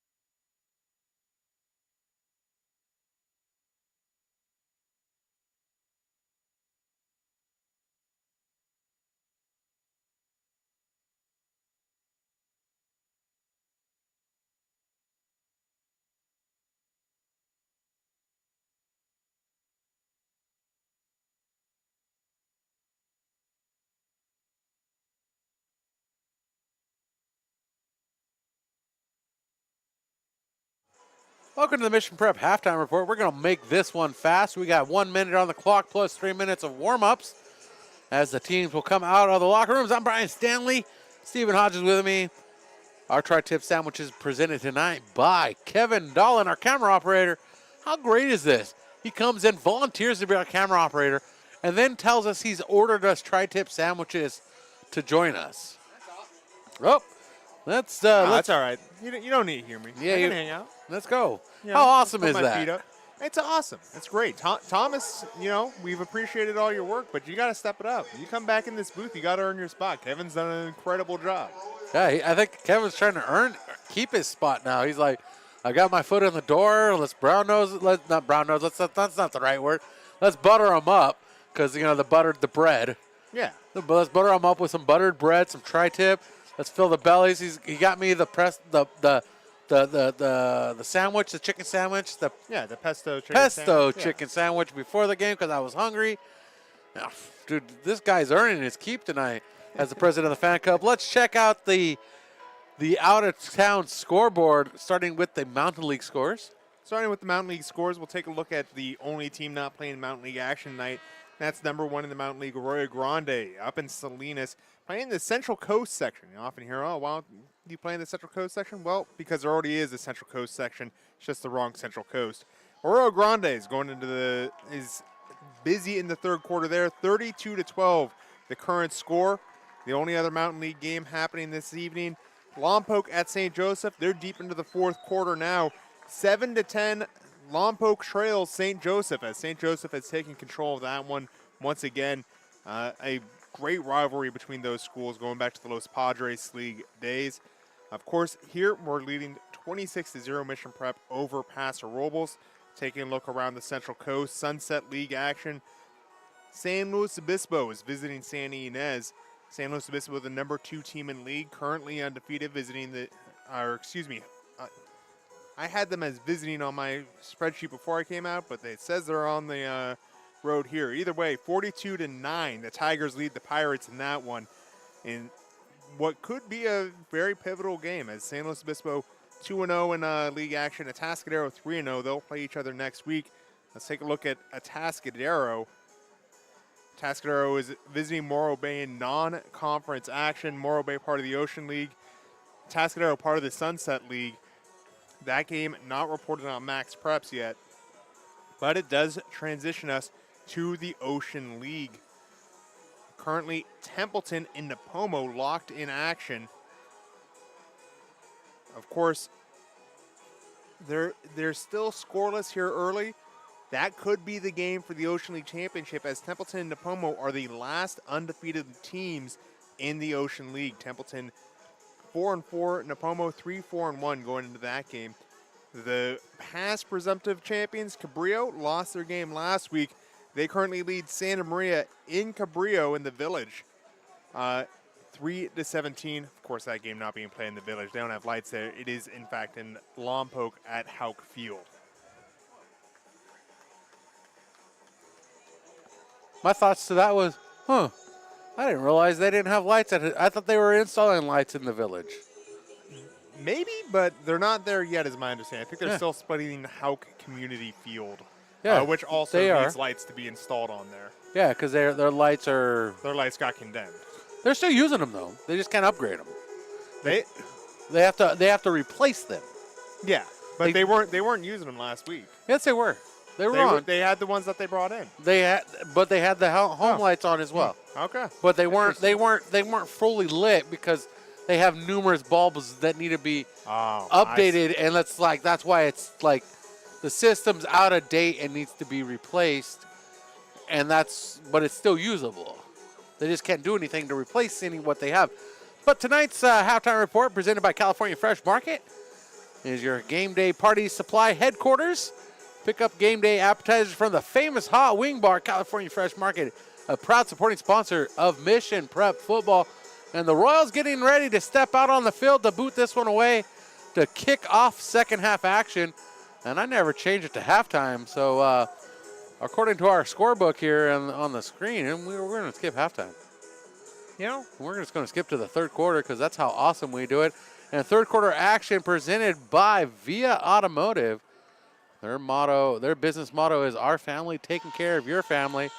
The next time you need any automotive repair or auto body repair, check out Via Automotive here in San Luis Obispo. They'll get your car back on the road and get your family protected as you get those miles added up. And Lincoln Bloom back in the kickoff position. And the Bearcats playing this one safe with only one deep man. And the deep man going to retrieve this one for the Bearcats. And right up the middle to the left hash mark does Ammon go. And Matthew Ammon with a short gain. And the Bearcats will start first and 10, trailing 26-0 here in the second half. At Mustang Memorial Field, I'm Brian Stanley. Joining me, Stephen Hodges, Kevin Dolan, our camera operator, and we have a producer in the booth now. Karen Bowden. We're moving up in the world. Karen Bowden, our producer and caterer tonight. And that pass incomplete. Intended target Ethan Rickard. And you missed the conversation, Kevin. We were talking about how Thomas now needs to step his game up because you've definitely showed it what it's like to be a cameraman. You've stepped into the booth, you've done the work, you've also provided the food and the pregame snacks and the drinks and the whole 9 yards. Thomas hasn't done much of any of that. So, we gotta step. He has to step up his game. We gotta let him know about that. And the chase down in the backfield, they're going to give him no yardage gained and no yardage lost. That is a gain of 0 for third down. Bearcats going nowhere quickly. Well, if you're just joining us, the Bearcats started out in heavy personnel, a lot of running backs, a lot of tight ends, real close to the line. Since then, they've transitioned to more of a spread offense look, consistently putting 3 wide receivers out to the field side. They've been more successful, but not on this drive with this updated scheme. Garcia looking to throw this one. Steps to his left, floats it downfield. Plenty of pressure, plenty of coverage. Incomplete pass as that ball rolls into the end zone. 2 receivers in range to catch that one. A lot of contact on that play, but it's Carter Moreau making the play on the ball in a completely clean manner. I think there may have been a pass interference had that ended up being a catchable ball on Thomas Glenn, but Carter Moreau does a good job, negates the entire situation because no way was that ball going to end up in Bearcat hands with Carter Moreau on patrol. And the Bearcats facing a 4th and 10, the punt unit out.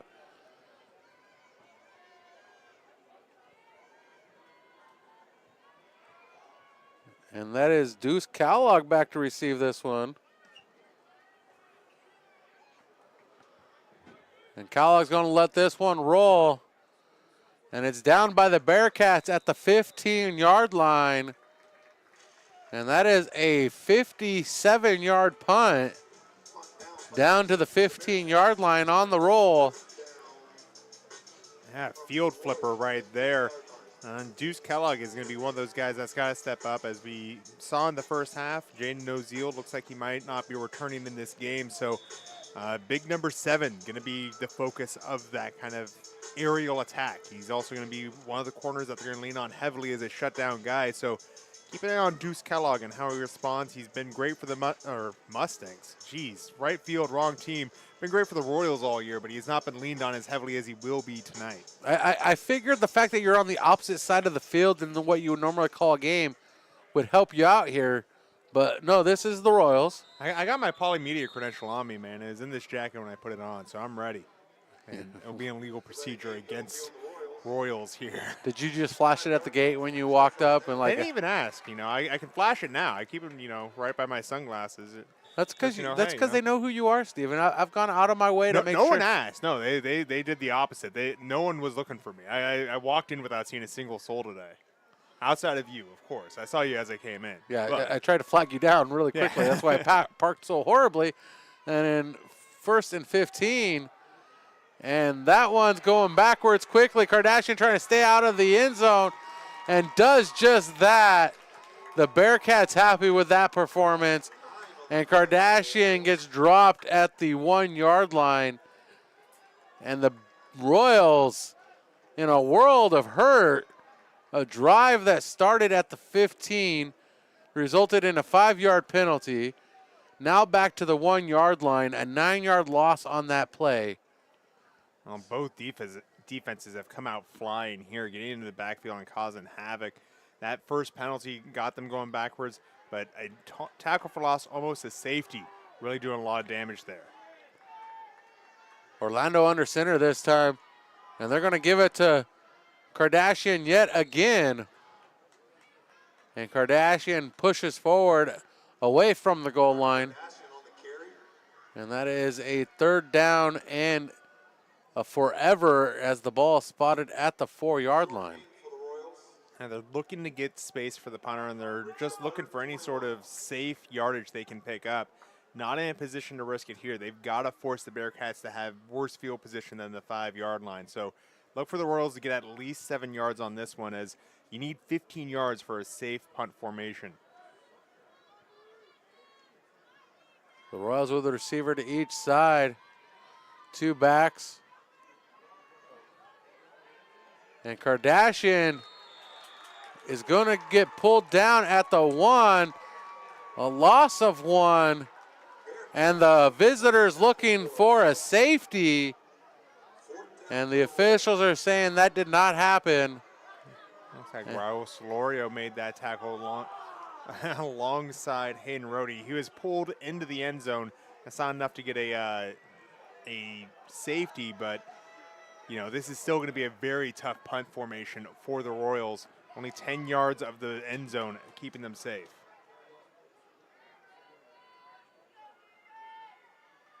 And a quick snap, quick punt. And a fair catch called for, and he drops it. Does Freitas, and it's recovered at the 42-yard line. And the Bearcats start with it. 1st and 10, 8:27 in the 3rd quarter, trailing by 26. The Bearcats are looking a little frustrated and a little haggard out there, but that's honestly a great stand by them. Really, they did what Paso's known for doing, playing hard-nosed football, forcing teams into uncomfortable situations. And they're frustrated because they didn't get the safety they thought they deserved. They can't allow what they feel they are entitled to dissuade them from a great drive. And a quick snap on 1st down. Picks up 2 yards across the 40 to the 39. Make that 3 yards. And the Bearcats moving to a quick pace offense. And the back, Williams goes nowhere fast. A loss of 3. +3, -3. As Williams looked to be caught in quicksand, not able to move his feet. A little bit of a surprise that the Bearcats have been going to this halfback, zone, inside zone type play when the screen play in the perimeter has been so good for them out of this trip set, especially when they've got the ball on a hash mark like this and have trips to the field. Garcia steps back looking to throw this one. Pressure coming. He's across the line of scrimmage. He's got the 1st down inside the 20. And Garcia scramble from left to right. Picks up enough for the 1st down and then some into the red zone for the Paso Robles Bearcats. A big play for Marcus Garcia. They're just trying to flood concept routes at every level along one side of the field and hope that there's something open. Nothing open, so Garcia had to trust his legs and make the play himself. And boy, did he. Big play, tightrope walking down the sideline and getting a big set of yards. Garcia fires this one out to the left side. And the tackle by Thomas Glenn, wrestling him down. Emmett DeBroth. And DeBroth with a quick catch and gaining a few yards for the Bearcats.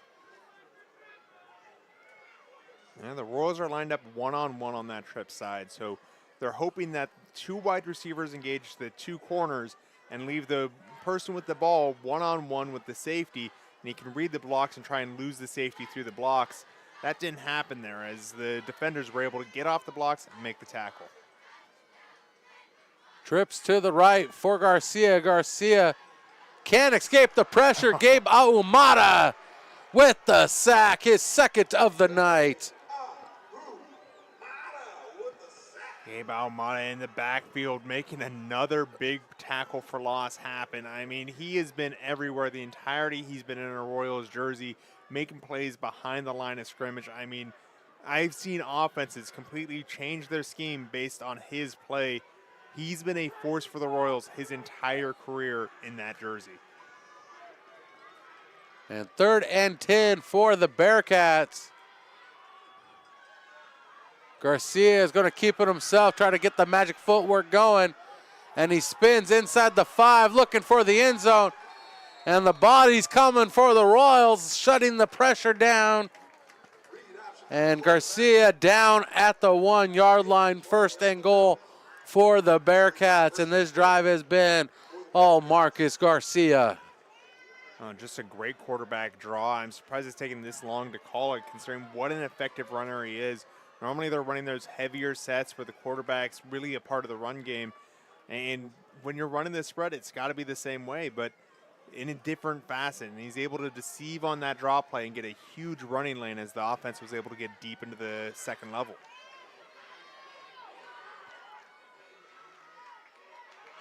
Rolling out, the pressure coming. Garcia dives, touchdown Bearcats. And in from the 1-yard line, Marcus Garcia, 5:17 in the 3rd quarter. Just a good job, fake handoff, fake pitch, gets enough of an angle that the defender just wasn't able to hit him straight on. And because he didn't get the clean look, well, he's able to bounce off and fall into the end zone for the Bearcats' first score of the day. And they're going to go for 2 here. They're moving it to the left hash to try something with some field spacing. Garcia in with a 1-yard score, 5:17. Timeout, Bearcats. And we're going to take the timeout with them. Following the 1-yard score, Mission Prep football continues. 3rd quarter action presented by Via Automotive. California Fresh Market is more than just your local grocery store. A full-service deli featuring premium boar's head meats and cheeses, handmade take-and-bake pizza, fresh salad and olive bar, gourmet cheese department perfect for any occasion, sushi rolled daily, organic and locally sourced produce, wild-caught seafood, choice Prime and Snake River Farms American Wagyu beef, artisan sourdough bread, and full-service health and wellness. California Fresh Markets, the best on the Central Coast. Steve in the chat is telling me that St. Joseph squeaks by Lompoc 10-7 in Mountain League action to remain in 2nd place behind the Arroyo Grande Eagles. An impressive game for Lompoc despite coming up short. And Garcia throws out to the near side, and the 2-point conversion complete to Jonathan Druding. And the Bearcats cut the lead 26-8. Well, and that is an 18-point lead. A quarterback with wheels will do that to you. You got to respect his ability to run the ball. And as a response, Druden just wide open for a quick drop in and get into the end zone. Mission Prep, though, still up by a significant margin. You know, they're in a position where they can move the ball well. I mean, you're talking an 18-point lead in this contest. You know, with how much these teams like to have time of possession and really grind things out, Paso has a very thin margin for error still. Meanwhile, Mission Prep, you know, they've still got to execute on that. You want to be the big team that's going to suffocate the air out of a game, you got to show you can do it here, especially as we talked about. This is really a playoff game for both Mission Prep and Paso. So you want to make your season go a little bit longer, this is how you do it. You take the air out of the room, and you really take Paso into the deep end here at the end of this game. Take them into the deep end and see if they can swim with the fishes. 26-8 is our score, 5:17 in the third quarter. Gabriel Mendez getting ready to send this kickoff flying away. And the Royals getting ready for an onside. Everybody's playing it shallow. And the squib kick. And the Royals come up with it. And the grab by Addison Lerner. And 5:15, the Royals start the possession. First down, Royals. Royals with the ball at the 44-yard line. Make that the, 43, 44, yeah, there we go. The 44-yard line. Good heads-up play by the Royals anticipating the onside kick. Most of recovering an onside kick is lining up correctly. Mission Prep was able to anticipate what Paso was going to do, even though it's still halfway through the third quarter, knowing how many possessions are likely left in this game, just making sure they're in a good position for success. Lerner gets his hands on the ball, falls to the ground. Beautiful play by the Royals. And the Royals ready to start the drive, and a jump at the line. That is Maverick Bright getting a little bit too early there. Mission Prep's style of doing cadence where they drop to the ground, pop back up. It's something that has worked for them to get a lot of encroachment penalties over the years, but sometimes it fires back just like it did there. Ball back to the 39-yard line. Two receivers to the left for Orlando. And Orlando hands it off. And the push forward for Carter Moreau eliminates most of the penalty yards. The ball at the 43-yard line. 2nd and 11 for Mission Prep. 4:55 here in the third quarter. Royals leading by 18. A 3-score lead. With plenty of time remaining, the Royals need to add some more cushions to this one as Orlando sets the offense under center. Fires down the line. The ball comes loose, and the Bearcats come up with it. Yeah, I think that's going to be Rudy Contreras' strip sack there. He didn't come up with the ball, but I believe it was his arm that ended up knocking that out and causing the ball to fall to the ground. What a play by the defensive tackles up front to knock that out and get the ball with a one-step drop. You do not have a big window to knock that ball out. And the Bearcats with the possession in Royals territory. And Garcia fires down the line. That pass complete for the first down. And Dubroth moving the ball down to the 29-yard line. A fresh set of sticks for the Bearcats. 4:21 on the clock.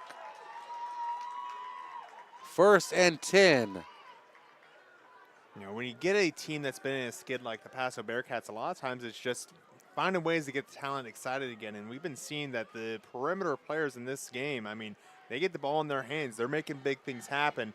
That type of action can wake a sleeping giant like the Bearcats. 3 to the right for the Bearcats. Garcia on the play action. That pass incomplete. Druding, the intended target. On the coverage, Carter Moreau, 1 versus 1. And Samuel Daniels well downfield before that ball was released, though, so that's going to bring them back. That's just one of those calls that if you're going to run an RPO like that, the ball's got to be out fast. The RPO is basically an entire play scheme built around the idea of what if we cheated a little and really upset the referees by making them throw flags that they don't normally need to throw. You got to get the ball out if you're going to cheat. And that is the second time at least we've seen that call tonight with an ineligible player downfield. Split receivers for the Bearcats. Garcia checks his receivers down. Pressure coming. Pass into the end zone. And that is a picked off pass. And we're coming back the other way with the Royals. That is Thomas Glenn with the return. And Thomas Glenn with a 17-yard return. And Thomas Glenn might be cramping up out there on the field. Well, also a flag on that play as well. Thomas Glenn, the former quarterback, doing a little ruining another quarterback's day with the pick in the end zone. Looks like Thomas Glenn is just cramping up because he's getting help from both the players and the trainers around, so we should see him back in this game after a beautiful interception. And I didn't see the flag. Where's the flag, Steven? Did they call it? He's on the opposite side of the field. I think they adjusted it. They did. There was something. Because he was down at the 14, and they brought it out to the 24. So it was against the Bearcats. Unless the Bearcats are keeping possession, in which case. So. Wait. Okay, so his defensive holding ahead of the call. So that's going to end up keeping the ball in the possession of Paso. Okay, fair enough. Making it a 1st and 5 for the Bearcats. Yeah, penalty negated that interception, and because Glenn fell down, he's going to take a play off. Bringing in a new defensive back, that's Aiden Shelton on the near side.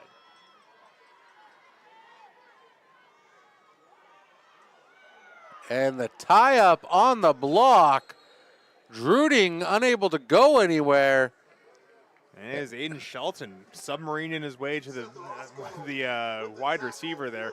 He didn't get the tackle, but he was able to hold it up. And a lot of times, that's all you're trying to do is really make the guy in front of you think twice so someone else can come make the tackle.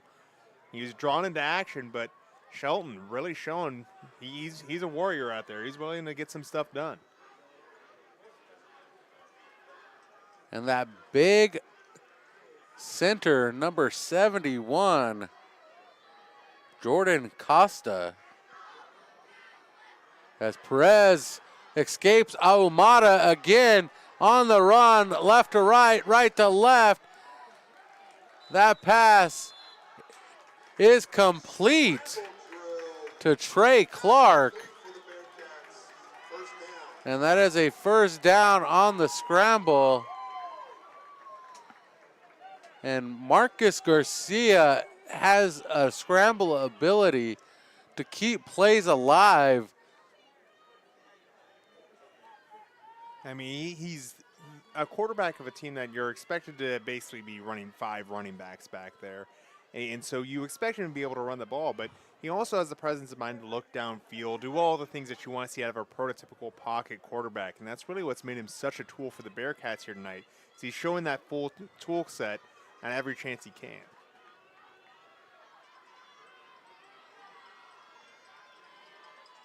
And Garcia working from the shotgun.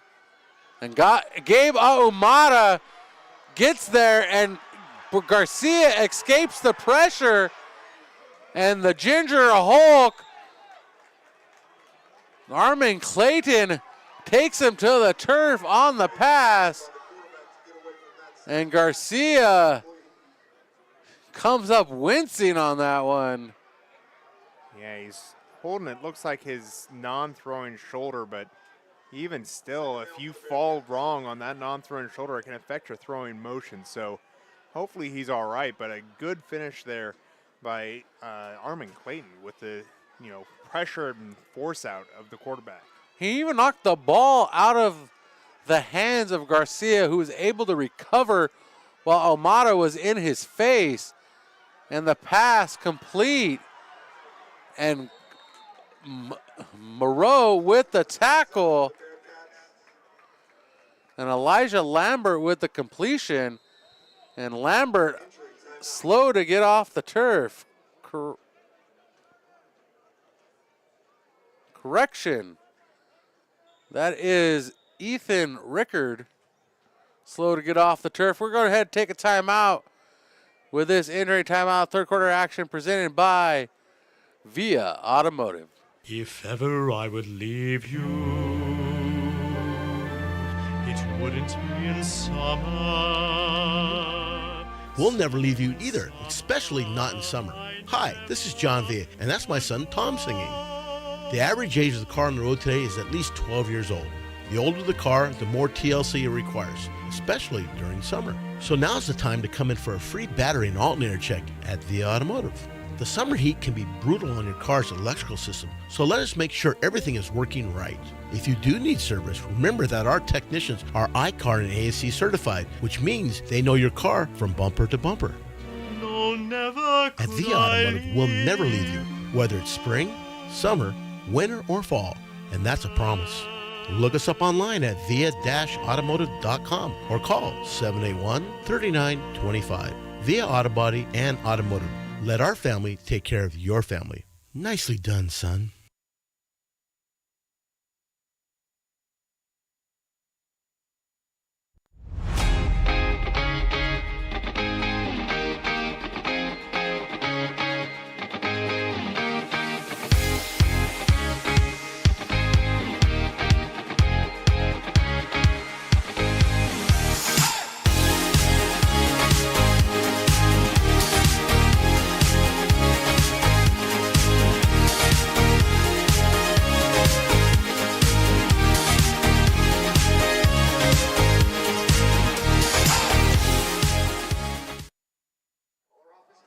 In the absence of Thomas, we can't help but take a moment to give it a shout out to his Nana, who watches faithfully every week, waiting for Thomas to jump on the mic to give her a shout out. We'll do it for her.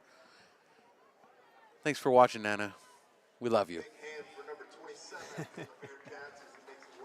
All the Nanas out there. As Rickard's going to be coming off, he's favoring his left arm there, but hopefully he'll be all right. And it's been a bruising game. Both teams really giving their all. Both teams really trying to put an exclamation point on this season, as it's not been as expected for either team. But Paso still with the ball, pushing in near the goal line to be a 3rd and 1 here on the 7.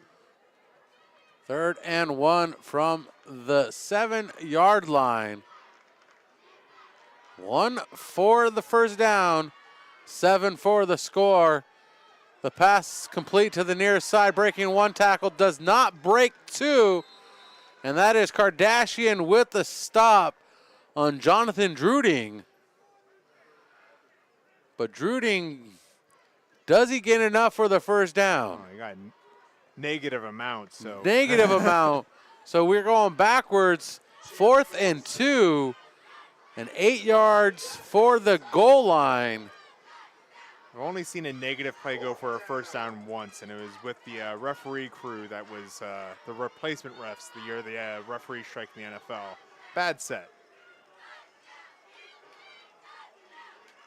And in motion, the handoff to the back, up the middle. First down run for the Bearcats. First and goal. And the Bearcats with a solid gain for the first down. 1st and goal from the 4-yard line. 1:38 here in the 3rd quarter. Paso is aware of, as anyone, that they need a touchdown on this drive to stay in it. Garcia rolls out, does not escape the pressure as the sack or the tackle for loss goes to Maverick Bright. First to get his hands on Marcus Garcia, back to the 8-yard line. You know, Maverick Bright hasn't been putting up player of the game numbers, anything like that, but he's been a force on that left end, just playing out wide, keeping contained. That's largely why we've been seeing Paso change schemes through this game. It's because that D-line's been doing so well. Maverick Bright's a big part of it, even though he doesn't have eye-popping, jump off the page numbers. Maverick Bright, he just wants to play football.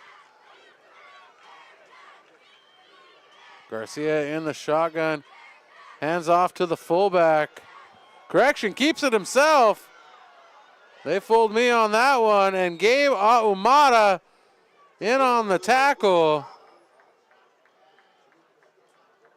3rd and goal.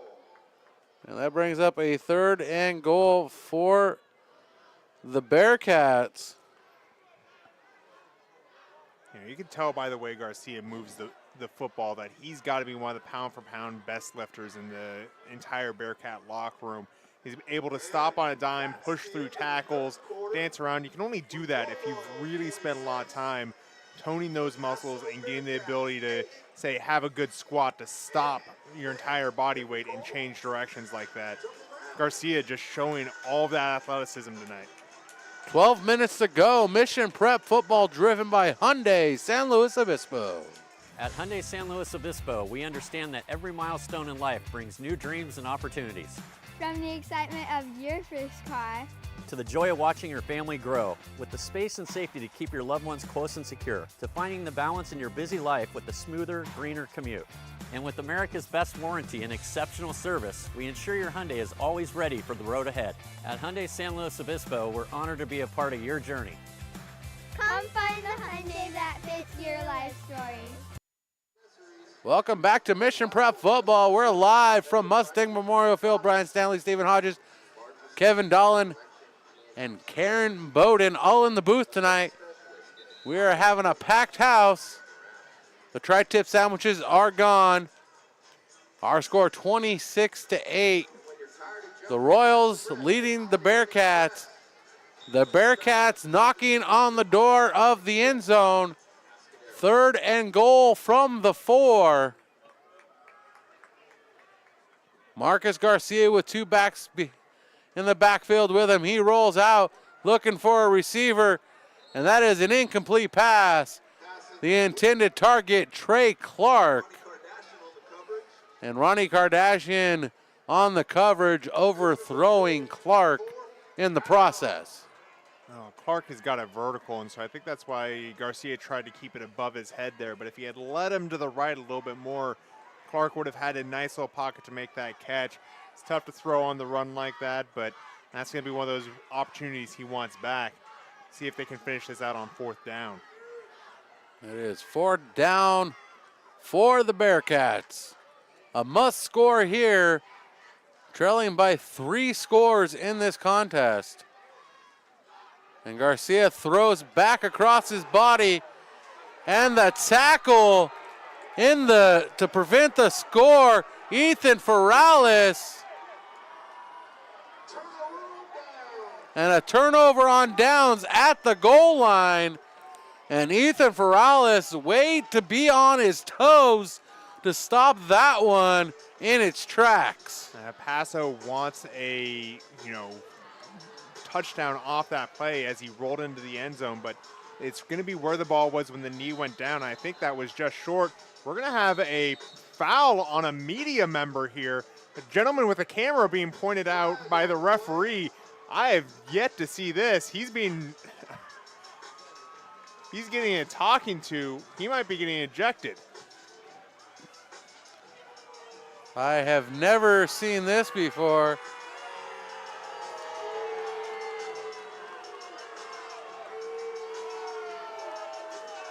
As we look for the cause, the coach Matt Carroll is meeting with the officials. Oh. See, I think my camera's actually got a better angle of this, as there's a couple of offenders there. I think they're looking at the gentleman in the blue jacket for not being in the coach's box while coaching the Paso Robles Bearcats. He's got a grip of papers. That might be the offense. I thought it was originally the gentleman with the camera at the back of the end zone. That's not the case.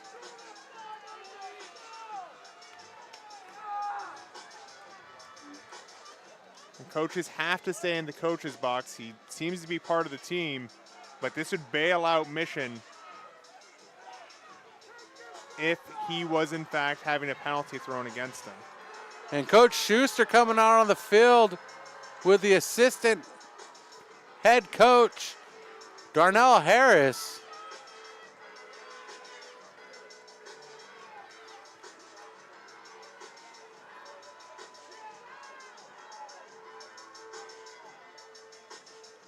See what the White Hat's talking about here on the sideline. Looks like someone's getting ejected. I think it's the gentleman in the blue jacket. Interesting. This has turned into an interesting chain of events.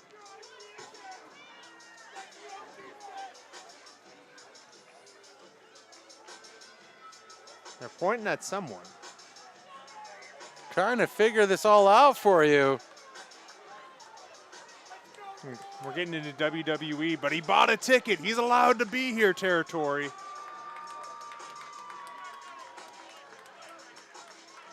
Because the guy in the blue jacket's now standing in the box.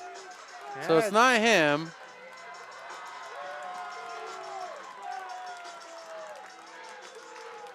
I believe the offender is now walking here and is leaving. This is our offender for whatever reason. We won't, oh, okay, Steven's gonna point her out. She's soaking it in. Not sure what the offense was, but. And there's no penalty on the play. I want to know what started all that. I understand if maybe something was said after the last play, it was a controversial bang-bang situation where Paso may have had a touchdown, but, I mean, if you got a camera in your hands on the sideline, you got to know better than to say anything to the referees. Yeah, nobody should be talking to the officials except the head coaches. And the Royals taking a timeout to calm things down and figure things out because this situation got a little wild and a little out of hand. And Coach probably wants to talk it over, make sure his players are well under control here because they're butted up against the goal line. And this creates a potential to cut the score down from 18 to 16, which then is a 2-score game if there's a safety involved. Yeah, it's going to be a tight situation here. I mean, you talk about it. You're talking potentially changing the landscape of this game from a 3-score to a 2-score game on a very basic play. Plus, they get the ball back in the case of a safety. So, a lot of dynamics at work here, controlling the momentum, making sure that the sideline keeps the composure. We talked about it earlier. This is about having that killer instinct. Mission's got to recognize that this is a situation that if they grip control here, that could be the ball game. So this is really a mental test for Mission Prep. You have no margin for a mistake. If you end up going backwards here, suddenly Paso's in this game. So Mission's got to be focused. They've got to focus at the task at hand, getting away from this goal line and starting to get back into normal down territory where you're not worried about moving backwards. The question on the table from World Peace, did the Bearcats beat the St. Joseph Knights a couple weeks ago? No. The Bearcats are winless in league play, and so are the Royals. Both teams looking for their first win tonight and a jump at the line and a flag. A PCPA level performance there by the offensive line after a little bit of contact. And it looks like Rudy Contreras with the illegal tap, and that's going to move the Royals out from the shadow of those goalposts back into safer territory. So they got a little bit of a margin for error now, but not much. That margin for error, 5 yards. Not a hair and a churro, but 5 yards. Orlando spins and hands it off to Kardashian, who lunges forward for a good 3 yards. Trying to get out to the 10.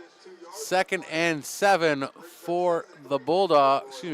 2nd and 3. I don't know why I said Bulldogs. I'm thinking about work tomorrow already. Yeah, thinking about the team that's going to beat SJSU tomorrow. Small gain, but ouch.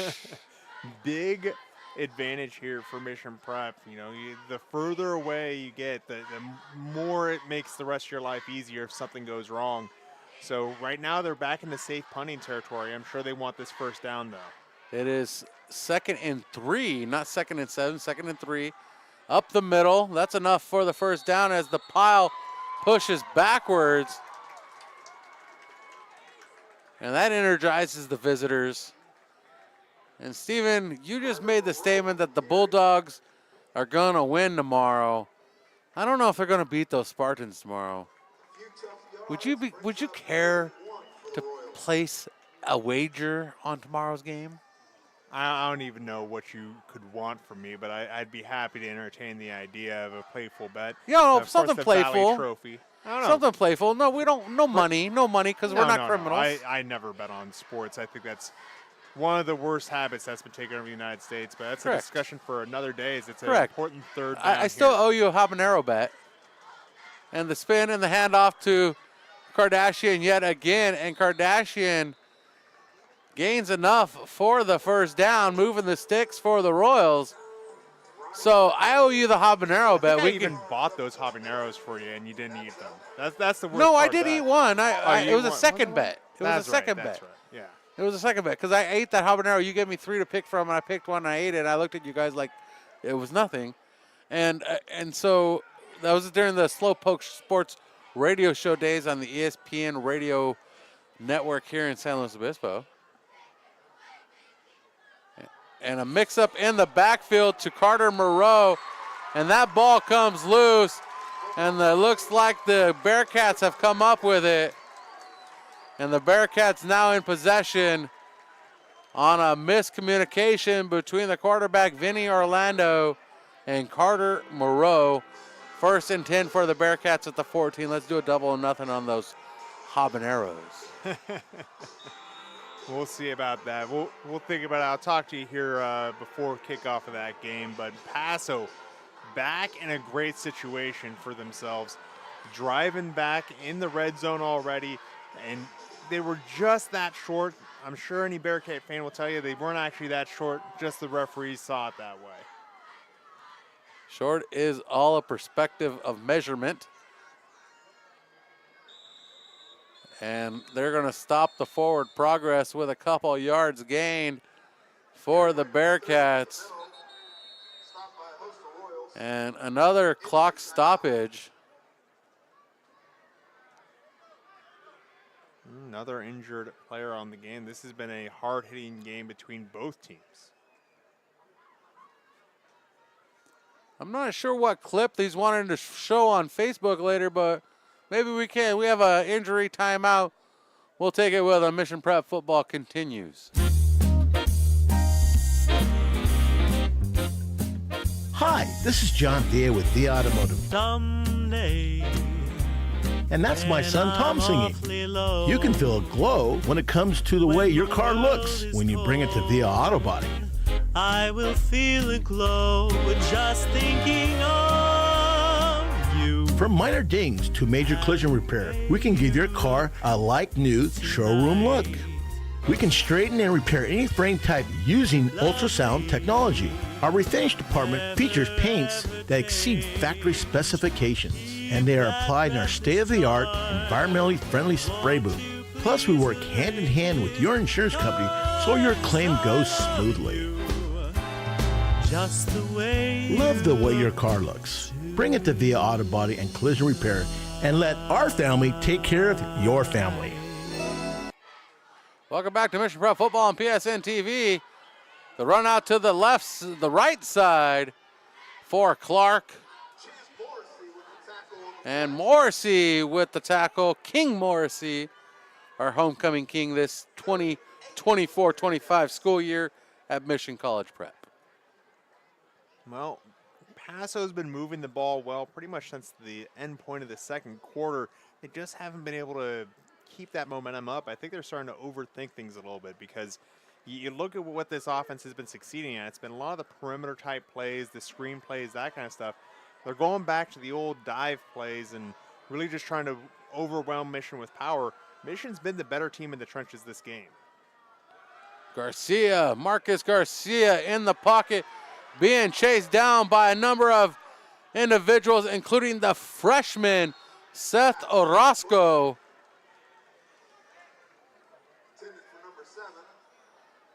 Yeah, Seth Orozco does a good job getting the pressure on, flushing the pocket out on the quick blitz type play. And Paso is going to be in a position that they have to go for it on fourth down, and in an awkward position where, you know, they don't need to go for a touchdown, but defending the end zone at the same time, you're going to be defending the sticks. So it's a deep play one way or the other. Not a lot of room outside the margins. And the pass intercepted on the near side by the Royals. And the Royals back in possession. And the interception. Champ Morrissey's second of the year. And that is a... He's wearing 34 again because Sean Rivas needed his for senior night. So Now, thanks for paying attention to that one. I got the roster update, and it said he was wearing 50 tonight. But that would make sense why Rivas is out here tonight wearing 50. He's back to 34. So big play for the Royals. Get the interception. Have the ball with only 8:23 left on the clock. Really, the game's going to be time of possession once again for the Royals. Some poor mistakes on the last drive really hurt them badly, and they're lucky to scrape out without points going the other way. And the student section migrating from left to right for the Royals.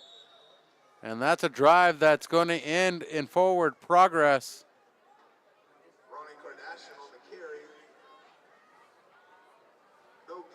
Yeah, it's been interesting watching as the seasons change where the students decide to spend their time in the stands, but they're heading back to the student section, as we discussed. But they migrate in support when the support is needed. And that is something new this season we haven't seen in prior seasons. A lot of substitutions on the side of the Royals in that huddle right now. They're really changing up the formation. They're going to a spread themselves. One receiver to the right, two to the left, two to the right, one to the left. And that pass over the head of the intended target, Angelo Hanoso. Well, this has really been a defensive second half. And we have a change of quarterback. I don't know if you caught that, Corona. I'm piggybacking off our PA, Terrence Harris, who noticed the change in the quarterback. Well, Corona did a great job last week, 10 of 17 for 92 yards against Lompoc. So definitely a capable quarterback back there here playing on his senior night. Corona handing off to Seth Orozco, that is, excuse me. And a fun fact about Seth Orozco, he got the nod today to get the start on defense as a freshman. With 2 games left, getting bumped up mid-season with the call to varsity. Now, with 2 games left, getting the nod to get the start on varsity defense this game. Hey, always a good sign when you got a freshman that is able to make that jump. Mission's had a lot of success even with the late season call-ups that have come up as freshmen. And the kick is away. And it will be downed by Xavier Wiseman. And this will be the best field position of the night off of a punt for the Bearcats. Well, really good field position for Paso in the sense that not only are they in Royals territory, but they have a lot of room to operate this offense. I think their passing attack has been the best unit that they've had, and I expect to see some of the screen game, that kind of stuff. That only works if the defense is sitting back. So now with the Royals able to sit back a little bit, expect to see Paso try to work some of the easier routes underneath and get warmed up in that regard, and maybe that'll open up some more options for Marcus Garcia. Garcia fires over the head of Trey Clark. Ronnie Kardashian in on the coverage for the defense. 6:39 with the clock stoppage, 2nd and 10 for the Bearcats. Yeah, Kardashian does a good job just flying in from stage right and making a big play happen. If that had been an easy completion to Trey Clark, I mean, we've seen the speed that he has. We've seen the elusiveness. That's a good play by Ronnie Kardashian to not even let the ball get into his hands. Garcia fires back across his body. Pass complete to Gelos. Giannis Gelos gets it out to the 31-yard line. Surprised it's been this long before we've called his name in any major way. He's normally one of the big rushers on this team. He's got 3 of the rushing touchdowns, averages 7 yards per carry. They're used much more as a screen option and underneath, but you can see how well he follows blocks and has a vision of the field. He's able to move within the tackles very well.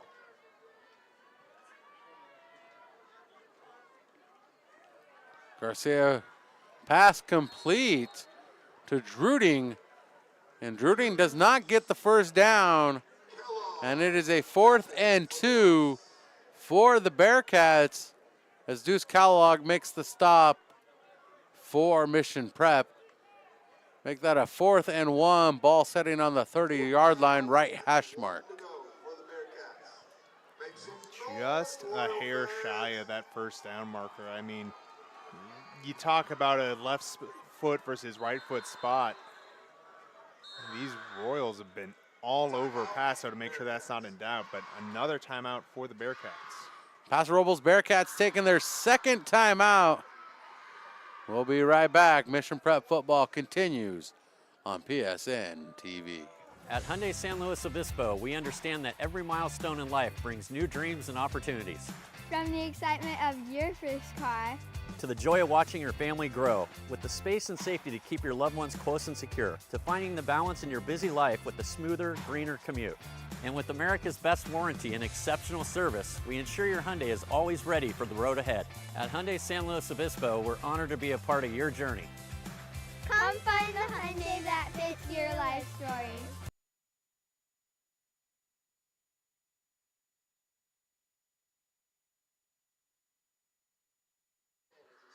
Mission Prep football presented by California Fresh Market, a home of USD prime and premium beef and an unmatched seafood department.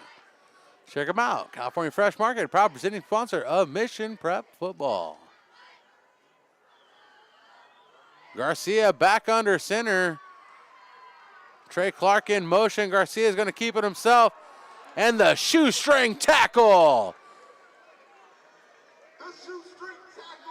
That's Champ Morrissey with the big stop, and that's going to turn things the other direction. I mean, that's Aiden Shelton with the shoestring tackle, 36. I thought that was Morrissey there. Champ Morrissey wearing number 34. Well, Shelton, one of the defensive backs that's been called into relief in this game with the injury of Jaden Noziel and a couple other players that have been in and out with cramps and exhaustion.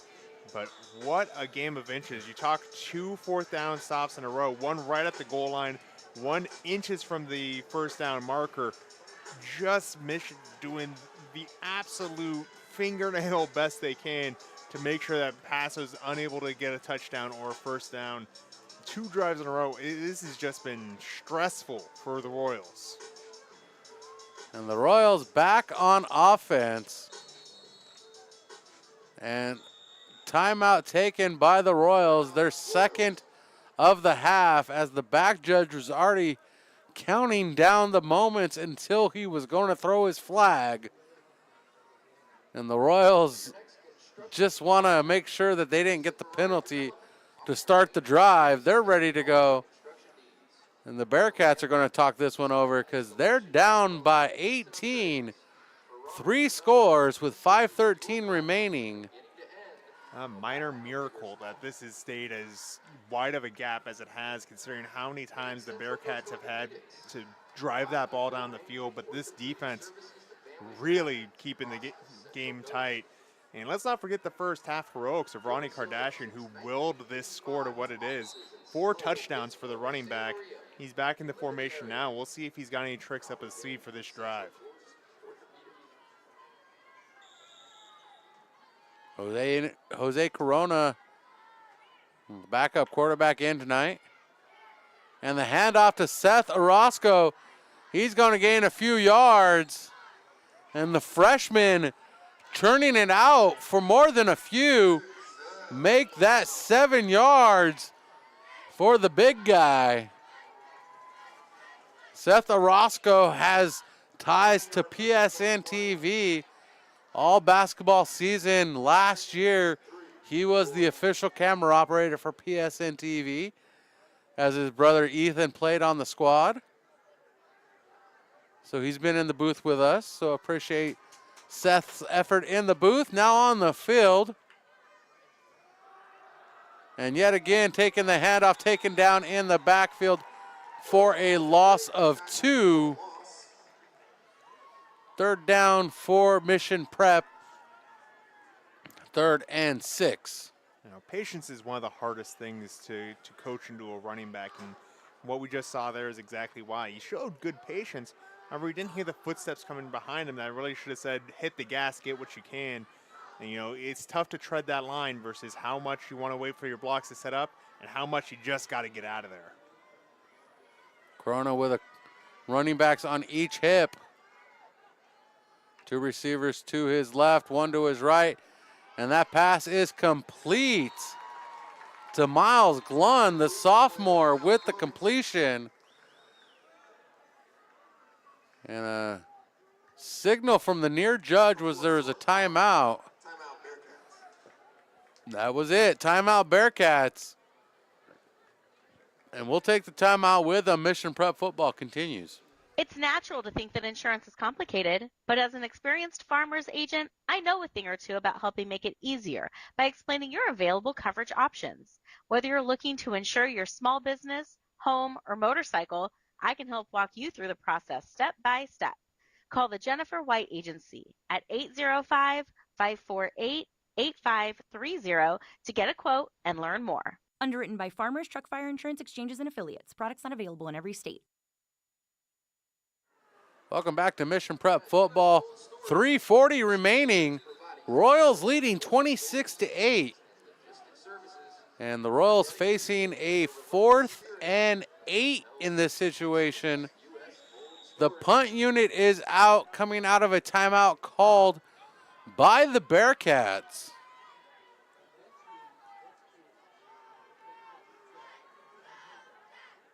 The 3-man blocking wedge sets up. The man broken through. The fair catch called for at the 44-yard line. And flags are a-flying. And there's a hands up like, I didn't do it. I didn't do it. And Guerrera slapped a guy. Let's not act like there was, you know, a question about this. He did it with the spotlight on him right in front of a referee. He was frustrated. It's a fair catch. There's no need for that. Well after the whistle, he's getting talked to by a number of different players on the Bearcat sideline. In fact, he's being grabbed by the collar by Rudy Contreras right now as Contreras tries to call him down and make sure that they don't blow the chance that they have yet. Ooh, an ejected player there. So he's all the way out of the game is Angel Guerrera. For throwing that late hit straight to the helmet. And I gotta say, I have very few things that I always will harp on. One of them is punching someone in the helmet. It is the worst place to punch someone. Do not do that. It's gonna get you kicked out of a game and you're gonna hurt your hand. That's all. No one gets hurt when they get punched in the helmet like that. So. And Matt Carroll out talking to the white hat about the decision, about the ejection of Angel Guerra.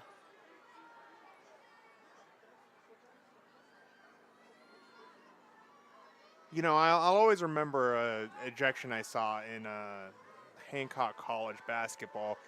Coach I, he's a very fiery guy. He popped up and started yelling at the referee. And, you know, I sit at the scorer's table, so I had a very good angle on this. And he's like, you can't do that. He was just getting up. And the referee had to stop reporting the technical foul to the bench, turn to the coach and say, Coach, he punched him in the face. He's getting a foul. And Tyson said, you know what? That's a fair point. Sat right back down. And this is one of those, he threw a punch. You can't really argue that call. It was clear as day. It wasn't even in the middle of a melee. You can't argue that call if you're Coach Carroll.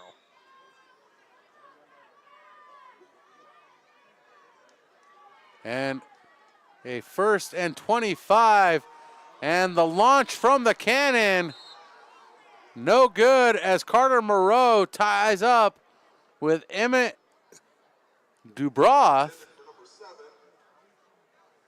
Dubroth was trying to come over the middle, and Moreau was holding his ground as an uncatchable ball, but Dubroth just giving a little extra. They're frustrated, and we talked about even in the first quarter, that frustration has been an issue for this Paso team, and when you've got a record like Paso has, sitting here at 2-6, you know, this frustration can cause that record to stay in that shape.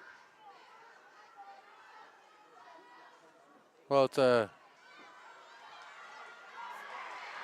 run down the middle, down the near side. There's a flag, and that is going to be a touchdown if it stands for Trey Clark. Well, there's a flag at the 29-yard line. This one could be coming back. And I said it was a 1st and 25. I was incorrect. The ball is on the 25. It is a 2nd and 10. Because they marked off the penalties and then set the yardage. I think Emmett DeBroth had a hold on that play. He's the wide receiver out to the left side, and I think it is so bad that he got his finger caught in the shoulder pads of who he was trying to bring down. So I think it is certainly a hold. There it is, hold against Paso.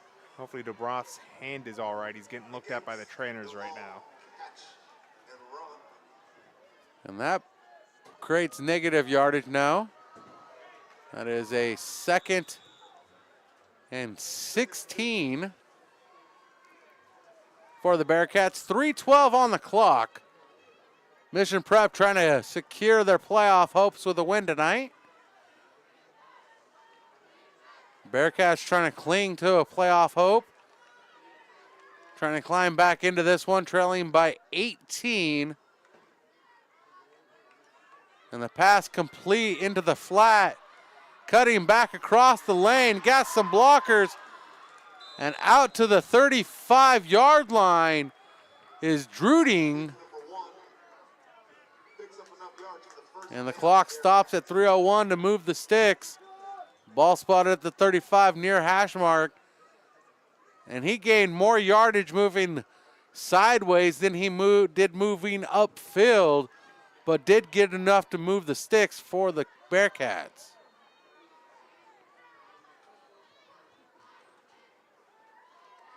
And the pass complete to Druding yet again. And Druding getting pulled down to the turf by Hinoso. And Hinosa with the tackle. Along with Champ Morrissey out there, King Morrissey making his case. Well, Paso doing a good job moving this ball, but they've got to keep an eye on the clock. They've got to have a little bit of tempo in their step if they want to have a chance in this one. And Paso Robles out of timeouts as Garcia escapes the pressure. And Wiseman right there. Wiseman is out of gas.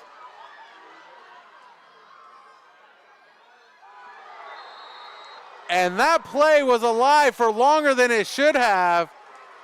Players are cramping up. Oh, Xavier Wiseman lost his shoe. And there are a lot of upset Bearcats about the post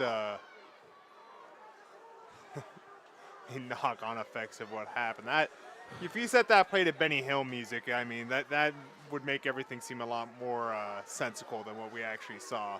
A long play that ended up not going the way of either team. That was an entertaining moment if there was ever. I mean, who throws a shoe? Honestly.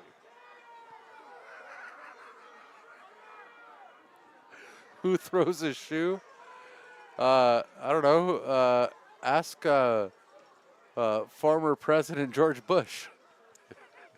They built a statue of that. Man, Aiden Shelton, I believe, is the Royal coming off the field, cramping up in the backfield. So that's going to be another hit to a thin DB core, if that is the fact, as I believe it is. So the Royals very thin at defensive back right now, trying to keep Paso contained. But as we said, the clock, the number one enemy for Paso now, is they need 3 scores. They have the offense to do it, but they haven't been crossing the goal line. So that's been the difference in this game, especially the second half. No timeouts, 2 minutes and 3 seconds to go for the Bearcats. A 3rd and 4, the firing pass over the middle, completed to Druding. Incomplete. Knocked out by Thomas Glenn. I thought he made a football move with that ball after he caught it. from dream quarterback to quarterback's nightmare. Thomas Glenn, he had that almost interception that was called back earlier in this game. Here with a breakup well downfield that draws a 4th down. Thomas Glenn doing a good job on defense tonight, looking great out there at defensive back. And the Bearcats sending Williams in with the call as Gelos checks out. Going forward on 4th and 4, 1:55 on the clock. We're in the 4th quarter.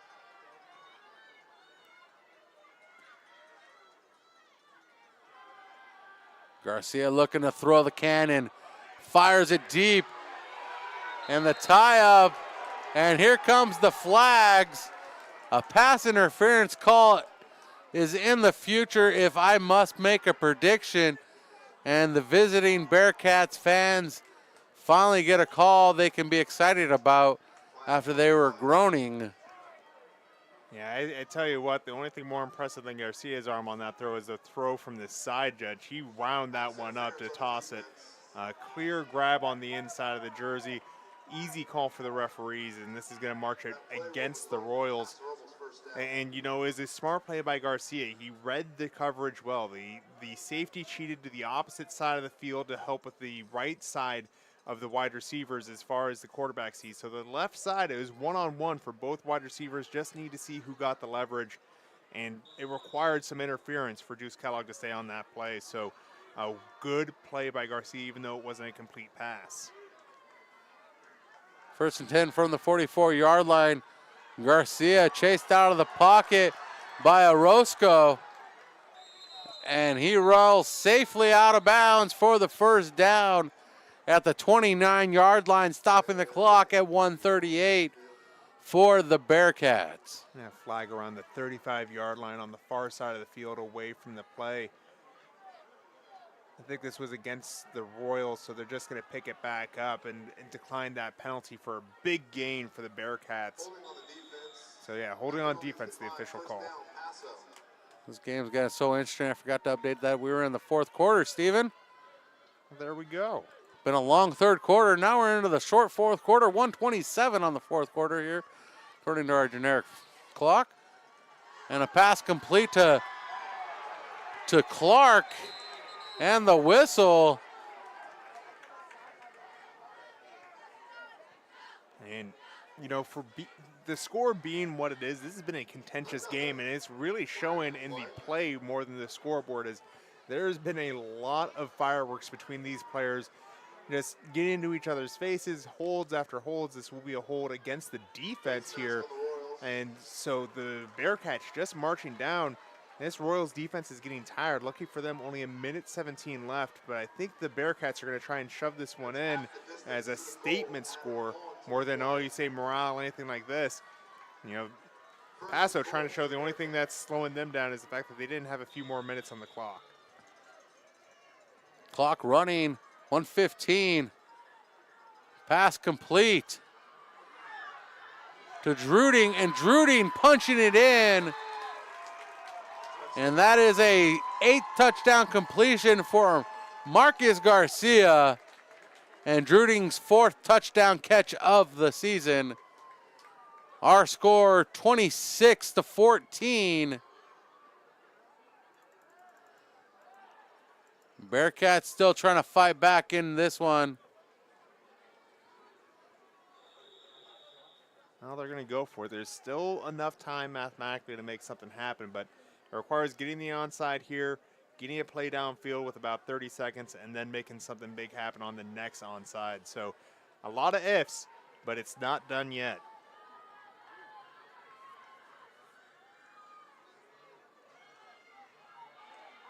And the rollout to the near side, in for the extra 2-point conversion.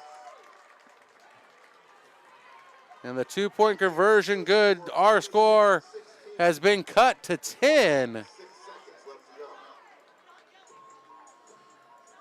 26-16. Well, like I said, they get an onside here, and suddenly there's a chance. You just need 2 scores, and one has to be a touchdown. So if you can get one quickly, well, There might be a little magic left in that football, but Paso trying to dig themselves out of a hole that they dug in the first half. They played very well this second half, well enough to win the game, but you know, that's why you don't play just one half of football. You got to play all 4 quarters. I'm getting to wonder if Coach Schuster has dreams at night about flags coming onto the field, because I think every Mission Prep game this season has been cursed with flags.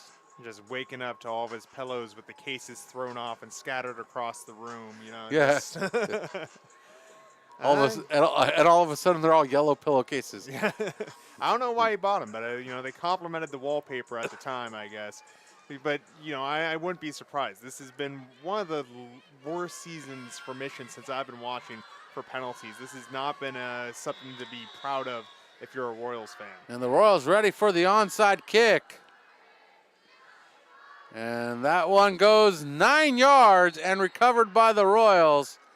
Carter Moreau jumping on it. And the Royals start with the ball. 1st and 10 from the 49-yard line of the Bearcats with 1 minute, 6 seconds remaining.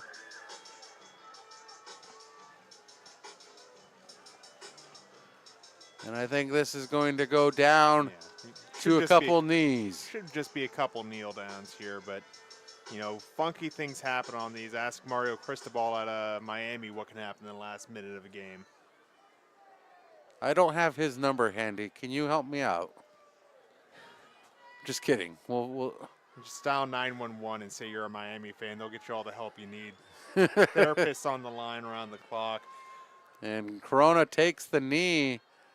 That pushes the Royals back 2 yards, and we're just waiting for the moments to tick away here as the Royals will walk away with their first Mountain League victory of the year, improving to 4-5 on the year and 1-2 in the Mountain League. The Paso Robles Bearcats will fall to 2-7, 0-3 in the Mountain League. The Royals in 4th place in the Mountain League behind the Lompoc Braves. And we wait for the final moments to tick away here from Mustang Memorial Field to call it official. And it is official. Our final score, 26-16. The Royals capture the win and move on next week to face the Arroyo Grande Eagles right here at Mustang Memorial Field. The playoffs are in their future. Coming up next, our post-game show will announce our player of the game. Stay tuned. At Hyundai San Luis Obispo, we understand that every milestone in life brings new dreams and opportunities. From the excitement of your first car to the joy of watching your family grow, with the space and safety to keep your loved ones close and secure, to finding the balance in your busy life with a smoother, greener commute. And with America's best warranty and exceptional service, we ensure your Hyundai is always ready for the road ahead. At Hyundai San Luis Obispo, we're honored to be a part of your journey. Come find the Hyundai that fits your life story. 45% of people put off buying life insurance, according to industry research. Insuring yourself and your family can help you be more prepared in the event of illness or a tragic accident. Call me, your local Farmers Insurance agent, Jennifer White, and discover coverage options you can tailor to your priorities and budget. To learn more about your coverage options, call Jennifer White at 805-548-8530. Underwritten by Farmers Truck Fire Insurance Exchanges and Affiliates. Products not available in every state.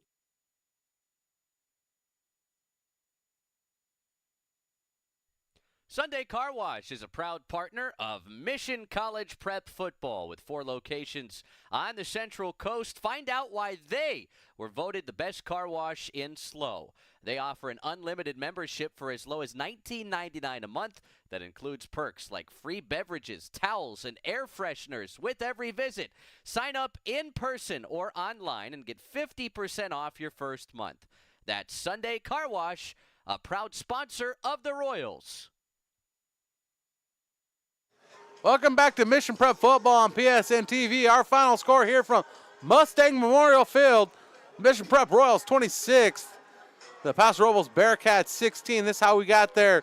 Starting off in the first quarter, 6-17. Ronnie Kardashian, 21-yard score, 6-0 our score. The extra point, no good on a block. And then a 3-yard score by Ronnie Kardashian with 2:29 in the first. Our score, 13-0. Ronnie Kardashian repeats himself with a 3-yard score, gets the true hat trick at 5:39 in the second. Our score, 20-0. And then the Royals go into the locker room, 26-0 on a 9-yard Ronnie Kardashian score. That's right, 4 touchdowns for Ronnie Kardashian tonight. With 32 seconds left, that was our score at the break, 26-0. And then the Bearcats, I don't know why I say Bulldogs.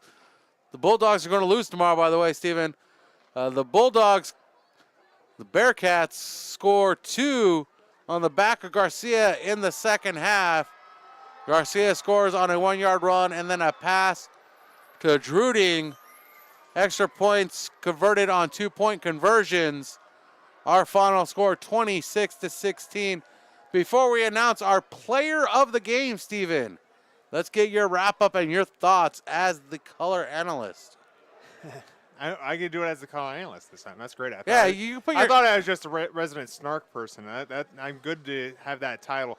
As far as this game goes, I mean, Mission and Paso both did not play their best second half. I mean, Paso started doing better, but I think on the whole, that's a game that the Bearcats could have won if they played like they played in the second half that entire way. And that's got to be bad news if you're a Royals fan, which if you're watching this channel, you most likely are.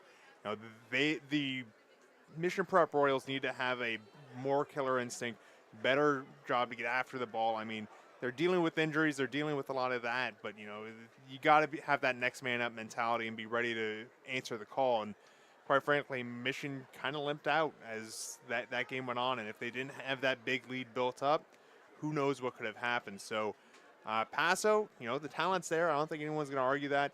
They can complain about the referees, they can complain about certain aspects of it, but overall they should be generally proud of how they did today, especially in the second half. For Mission, hey, great job coming out of the gates, great job sticking to that early game plan, but you know, they've got to be ready to adjust and get ready for a real fight. AG's next week, you know, that's going to be a big one. That AG still has a chip on their shoulder from those years ago when they played a playoff game at Mission High, back when that's where everything was played, back at Mission College Prep, and Mission beat them back-to-back that year, and that has stung in the brains of the Eagles for some time. They're going to come here ready to fight. They got to be ready to answer the call. Even if you're going to say, well, that game's not going to mean all that much, it means a lot to the Eagles, and if you're not ready to answer the call, that's going to be a very tough one to play the entirety. And it's time to make the call. Time to make Royals the player of the game. Sorry, I got a little distracted there. Time to make the call for the Royals player of the game. We have 3 candidates tonight. Our 3 candidates tonight are Armin Clayton, Gabe Ahumada, and Ronnie Kardashian. I'm just telling you, my favorite pick right now is the Ginger Hulk. The votes are in, though. I mean, I and I know you have the card. Yeah. I know you have the card in front of you. I wasn't here last week, so I'm going to say Ronnie Kardashian. A 4-touchdown performance. He doubled his touchdowns. I'm just saying, you have the card. Yeah, I got the you card. get to announce the winner. I'm just telling you, my favorite pick is going to be the Ginger Hulk because we're both gingers. Yeah. But you get to say the announcer, so who cares? All right, Here's we're the doing card. Take the card, announce it, and Gabe get it over Ahumada. with. The defense decided the second half, and we went on way too long for this. 2 sacks for Gabe Ahumada on senior night. He did a fantastic job. Got to give it to the senior on senior night. Gabe Ahumada is our player of the game. I would have given it to Ronnie Kardashian. 4 touchdowns. You're killing me here, Smalls. Yeah, I would have given it too if I wasn't being interrupted during the whole production of it. So I was trying to make it a grand It's a real ordeal. tragedy. We apologize to everyone, the Kardashian family especially. But you know, these mistakes happen. Ronnie Kardashian. We're building the plane as we fly it, folks. I think we're going to say this: Ronnie Kardashian, our player of the game. Gabe Ahumada, our defensive player of the game. I can live with that. They both win. Final score here from Mustang Memorial Field, 26-16. Join us next week as the chaos continues.